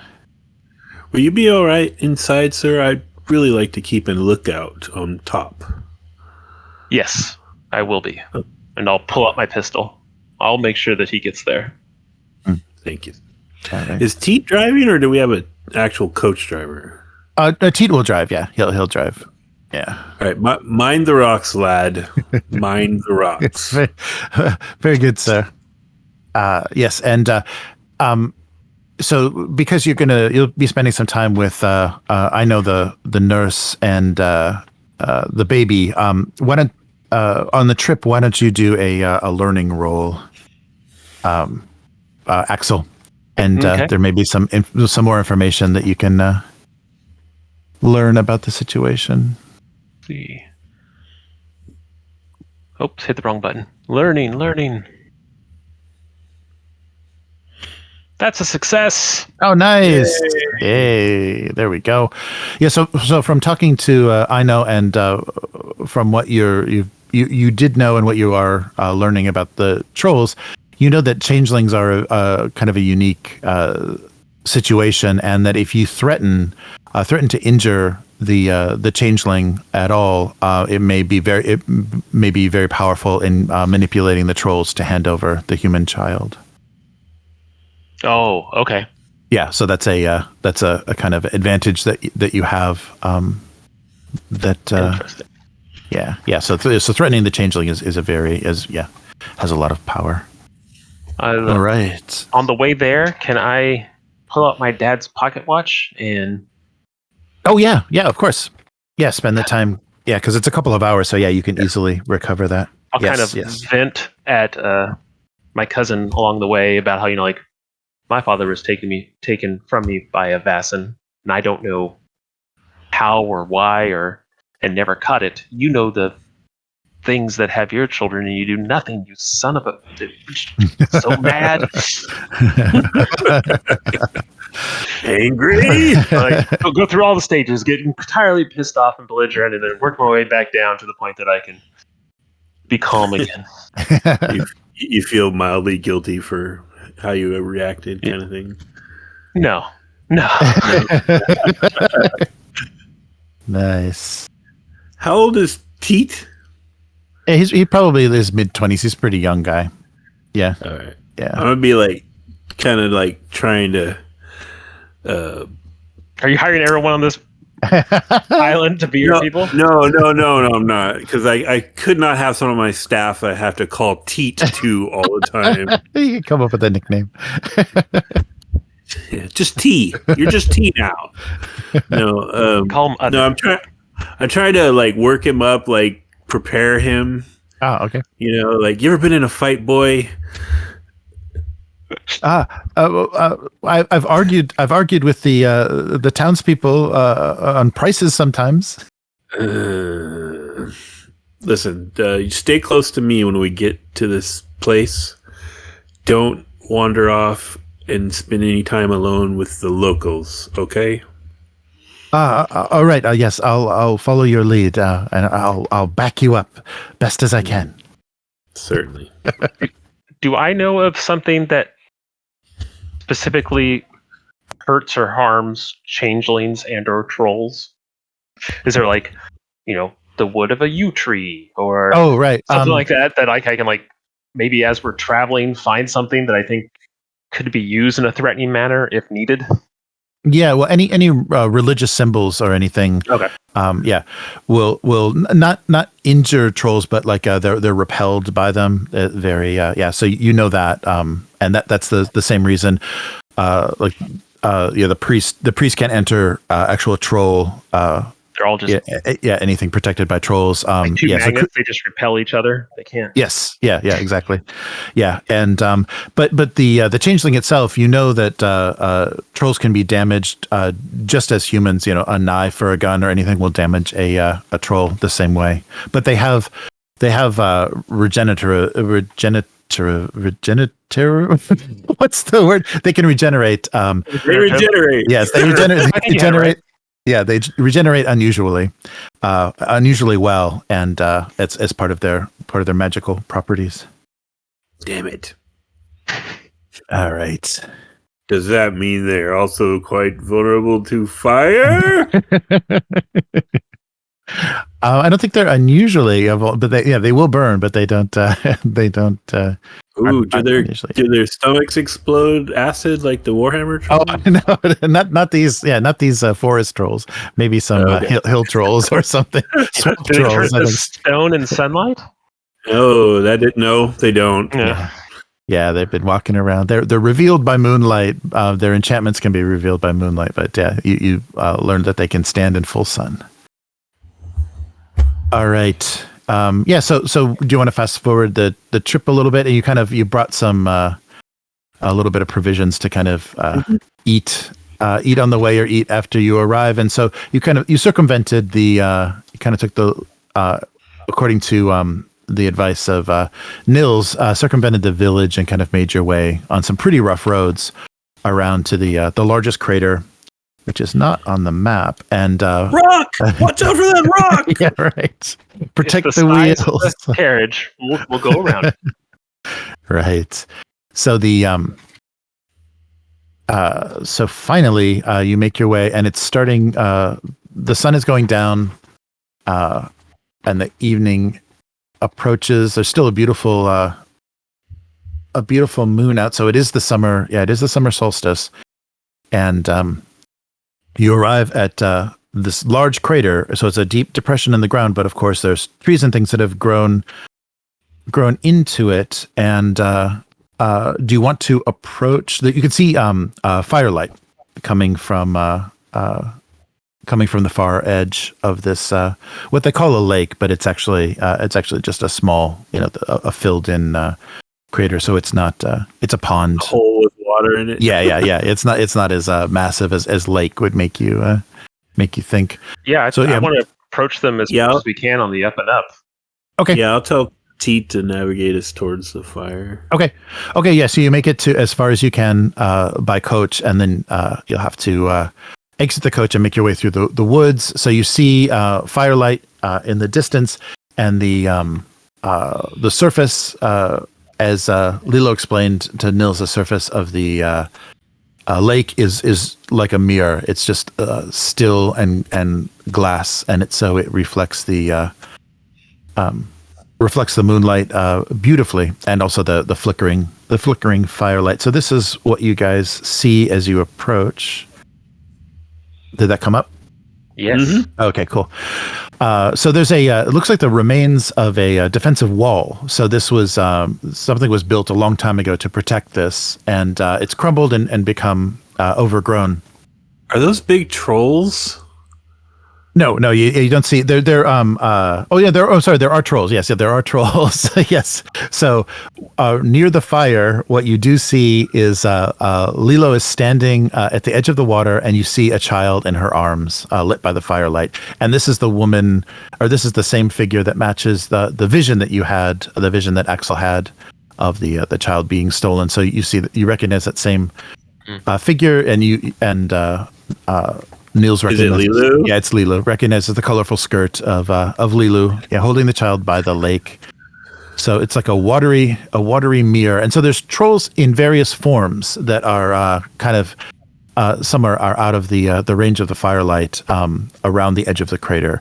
So some that are completely in troll form, and some that are more human in appearance. So I start setting up the camera. Oh, okay. I run up there as close as I can. Oh, God. Hop out the tripod and get it all set up. Oh, all right. I put one hand on the Count's shoulder and beckon Teat to get close to me. Okay. Say, steady, lad. All right. So, Lilo sees you approaching from the tree line, so you approach, and you're noticed by, of course, some of the trolls that are in attendant, and you hear her say, "Tonight we celebrate the memory of the fallen star that brought fire back to us. We sing from dusk till dawn on the shortest of nights." And then she specifically looks at Hugo from across the water. She has the sleeping child in her arms, and she says, "You are welcome here, Hugo. Have you come to honor the agreement that we made?" Just say yes. Hugo just kind of like weakly nods. He doesn't give any big verbal response. But he's just kind of is going along with things. Nils will be clear as throat, like he said yes. All right. So yeah, so Teet, the nursemaid with the baby, with the changeling baby, and then Aksel and Nils are all here, and so is Aksel going to set up? Is actually going to try to get a photo of this? Yes. Situation. Okay. Yeah. All right. All right. I'm not being trying to be like sneaky about it. I'm like running out. This like assuming that we approach like this, right? Where maybe on opposite sides of this pond. Mm-hmm. I'm gonna like go down here at the bottom where it's open, set it up, pointing at her and the fire and the trolls and stuff like that, and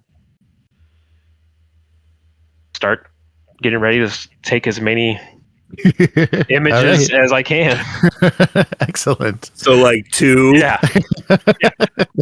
If all you trolls can quit moving for like 10 minutes, I need to take some pictures here. We only have till midnight, so Right. All right. So are you going to encourage Hugo to physically I'm gonna walk him over there if I can. Okay. So you let's see. So Hugo at first seems to be going along with you, and he's in his weak, kind of resigned condition, and then he just suddenly tenses, and it occurs to him that the reality of no, he has to give this instrument back, and there's no way that can happen. So he gets out of your fights out of your grasp and draws a knife and rushes over to the nursemaid with this knife and threatens, and he calls across the water, return my child to me, or this thing dies. Hugo, yes. How far away is he from me? You're all kind of in a group on the same side. So he's just kind of stepped past Teet and next to the nurse, and so he and it's just a small knife that he has, but it glints enough in the light that they can see that he has some sort of weapon, and he's threatening to hurt the child, and he wants his son returned. I'll pull out my pistol, my revolver, and point it at him and say, and tell him, like, put down the knife, be a father, and save your child. But you said there was another deal we could make. I can't part with this beautiful thing.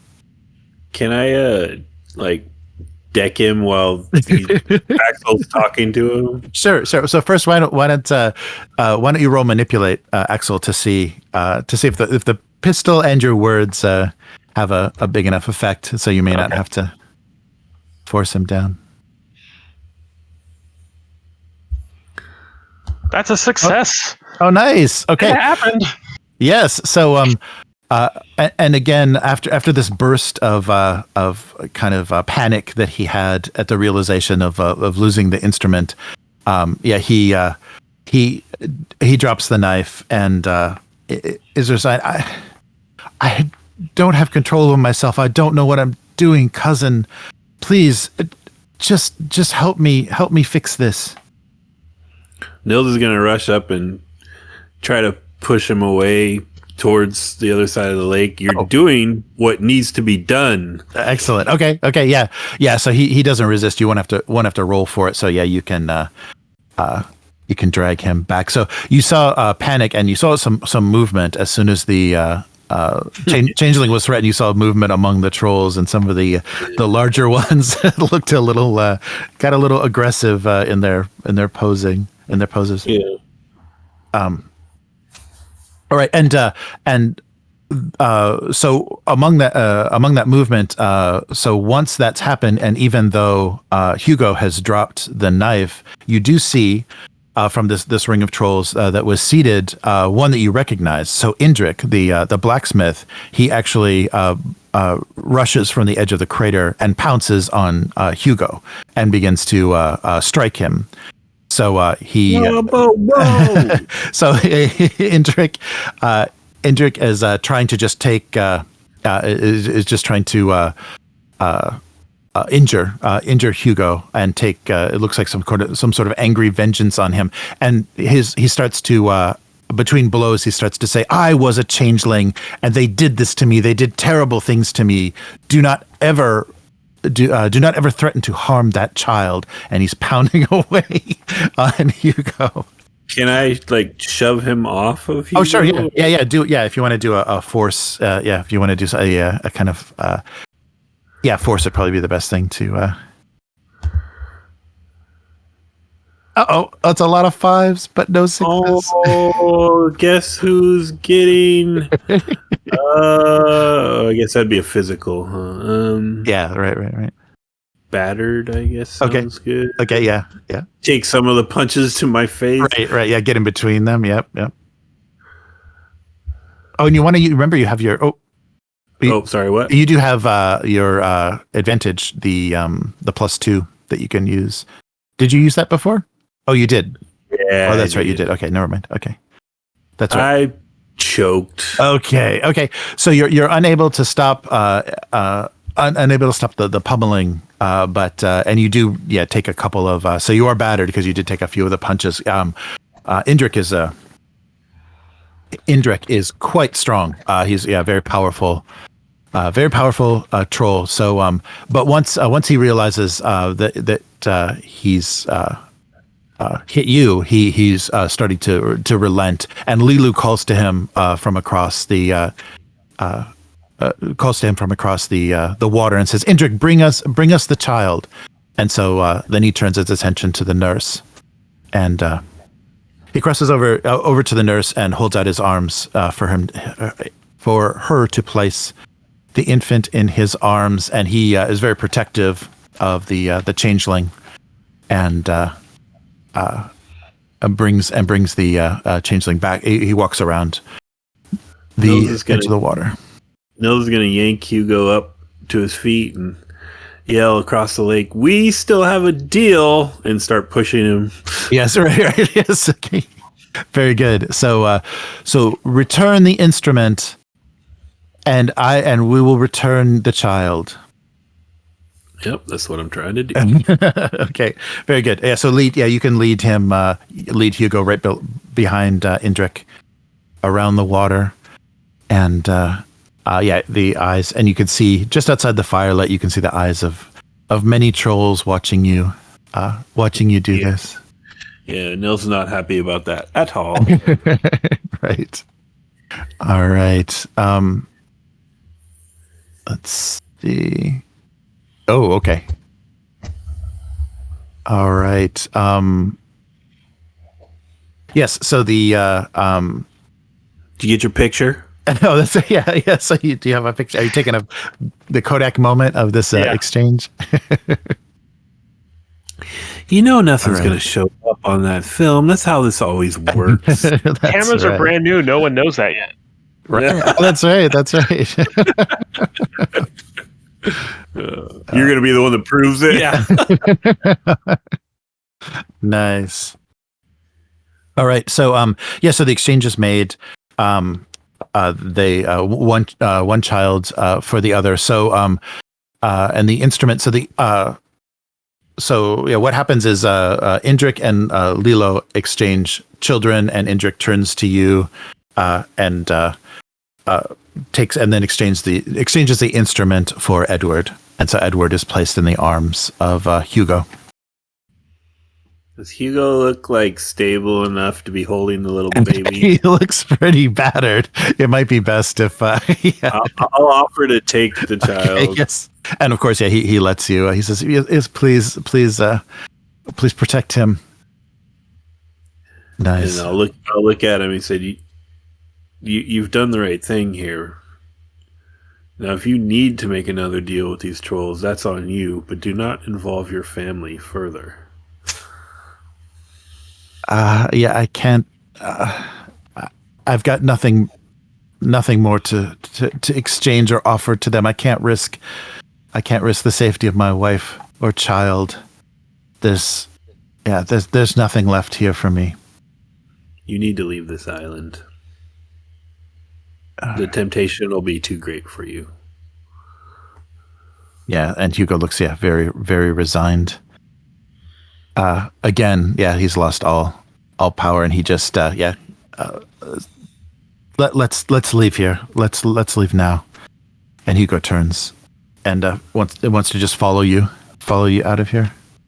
Okay, I'll hold the baby close to me and kind of like try to work up the courage to like stare down every like troll in the background that I see while I'm walking by. Right.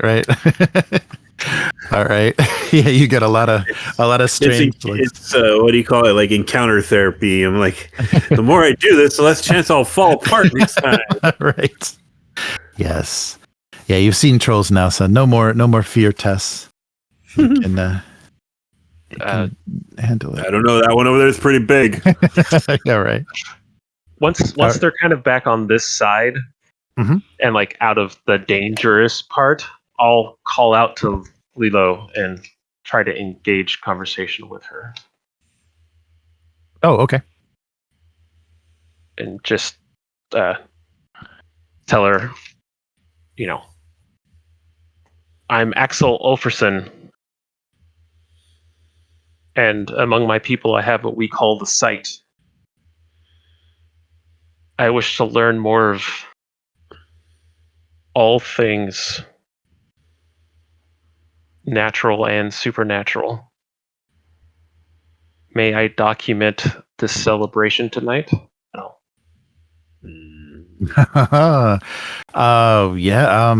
Whoa. Yeah. So maybe. Yeah. So give me a manipulation, just to see.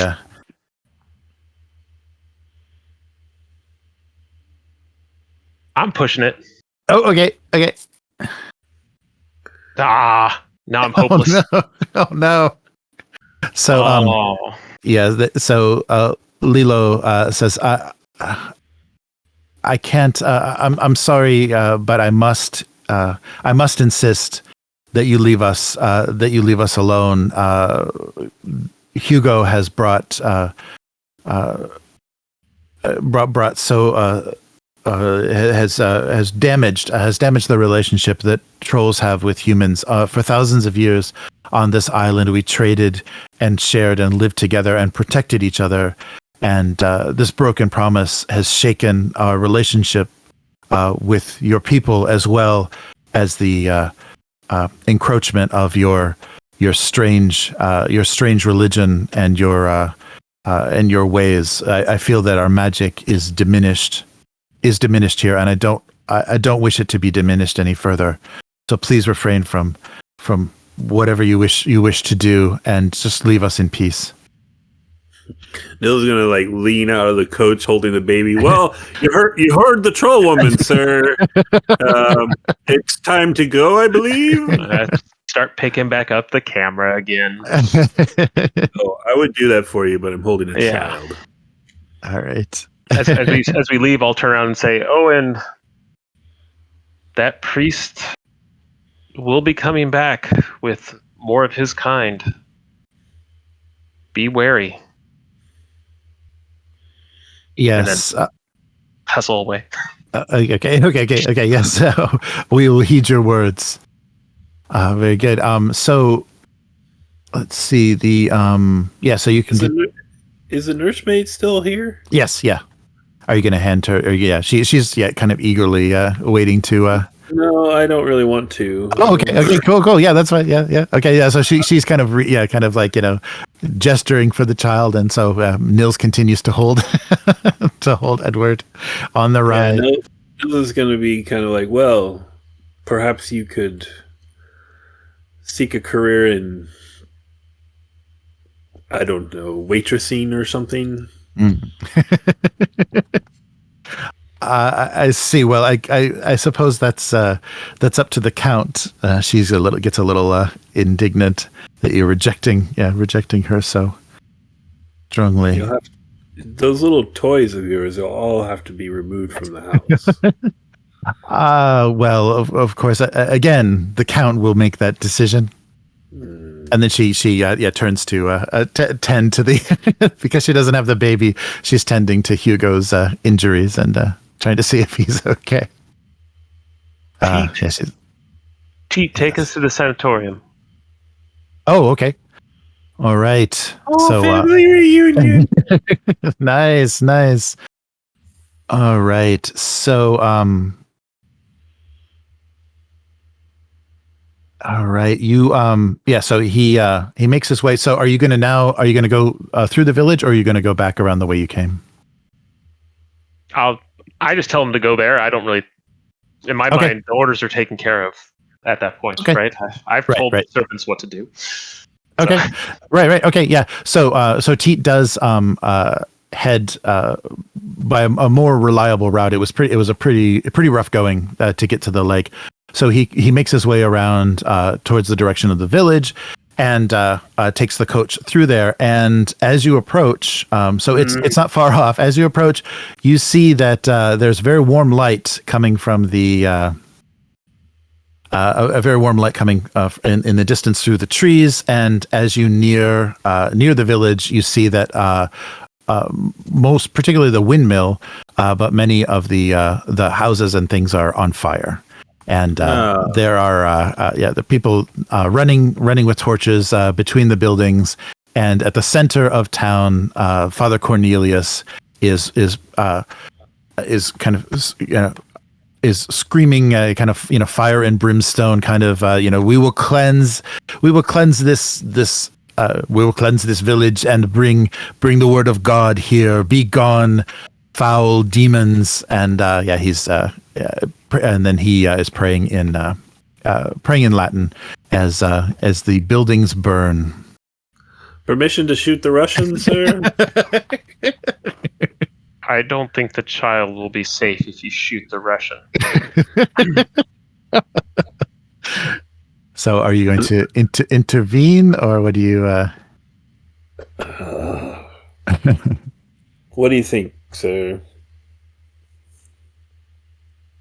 I think we did what we came here for, and Oh! I don't really want to endanger this child, and I don't trust to leave it with the dad or what at this time. If you want to go out there, I will respect and understand, but I think we need to keep moving. No, you're probably right. Could we agree that your cousin needs to leave this island, however? My cousin is leaving this island. Potentially with us in 2 days. Excellent. All right. Okay. Yeah. So the Father Cornelius leads the destruction of the troll village, and if you don't intervene, then as the coach leaves, you do see though rushing out of the forest all of the large trolls that were receded around the corner or around. We had nothing to do with that. Around the crater, and are starting to attack the congregation that is burning down their village. It looks like it's resolving itself. All right. Okay. So you want to proceed directly to the sanatorium? Mm-hmm. All right. Yeah. So you arrive, and again, it's only the night nurse, but you recognize Anne-Marie at the desk. Ah, Anne-Marie. I believe we left some things in our room. I mean, there's a bunch of us here, right? Right. Yeah. Right. Are you all? Yeah. If everybody gets out of the. Well, we're back from a dinner party. Apologies. Perhaps you could escort me into the room. Certainly. So it was number 13. Yes, I'll get the key. Thank you, dear, and I'll hand the baby to Aksel, your cousin, sir.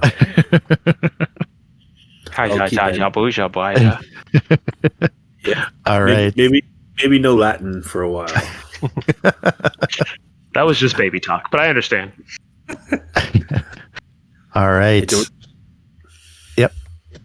Are you going to stay at the entryway in front of the desk, or are you going to proceed? I'm just gonna. If she's walked off, I'm gonna, hopefully with Hugo in tow, walk down to her room. Oh, okay, great. Yeah, great. Yeah, I'm gonna just try to keep her busy. Okay. Yeah. So she leads you into the room and stays with you while you look for the left behind items. And so Aksel is then free to head to the and since you know what room it is, there are also keys behind the desk. So if you want to I can grab those because she walked off. Absolutely. Yes. Okay. Yeah. So you're able to I guess technically my key works now. Oh, that's right. Yeah, that's right. You fashioned a key that'll get you right in there. Yeah, but you lead Hugo and carrying your baby cousin to Agnes's room. And so you open the door and you find that she is actually in bed asleep. Oh. I'll to Agnes and kind of bouncing the baby, walk over to her. Okay.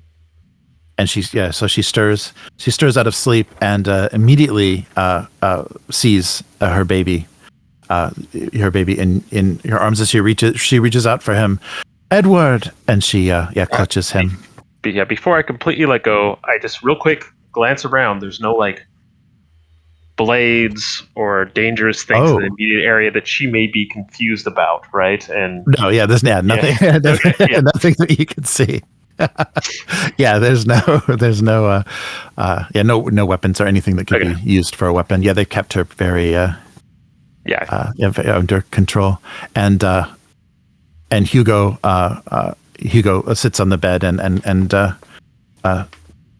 puts his arms around both his wife and daughter and is just weeping. He's just overcome by the sight of seeing his son back in his wife's arms. I'll go back out and lock the door. Okay. And as you're leaving, Hugo just says, "Thank you, cousin. I can't. I didn't deserve this. Thank you for everything that you've done." You're leaving with us.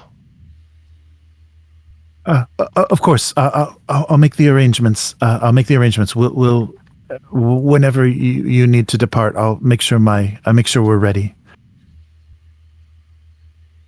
And then let them have some time together. All right. Well, very good. Yes. So I think that resolves everything. So Hugo is more than willing to leave. There's nothing for him here. So he and his family return with you from Arnesburg and move back to Uppsala. So he seeks employment at the tries to even though he's got a strange now disconnection to all this research, tries to pick up some threads of his success and the innovation of his research and everything. Of course, are not quite as remarkable without the magic of the trolls. But he does continue his work with the Department of Social and Economic Geography through the time that you're in touch with him. He's bought many different stringed instruments and keeps trying to play music, but he's forgetting the songs, and there's something just sad about him from that day forward. But he's unable to recreate any of the songs or words that he learned in Kali. And so returning to the castle in Uppsala, you get word that the village of Kali was burnt. Was burnt to the ground, and all the residents fled into the forest. That ends the Song of the Falling Star. We won, but didn't. Yes. So the beer will be significantly worse from now on. Oh.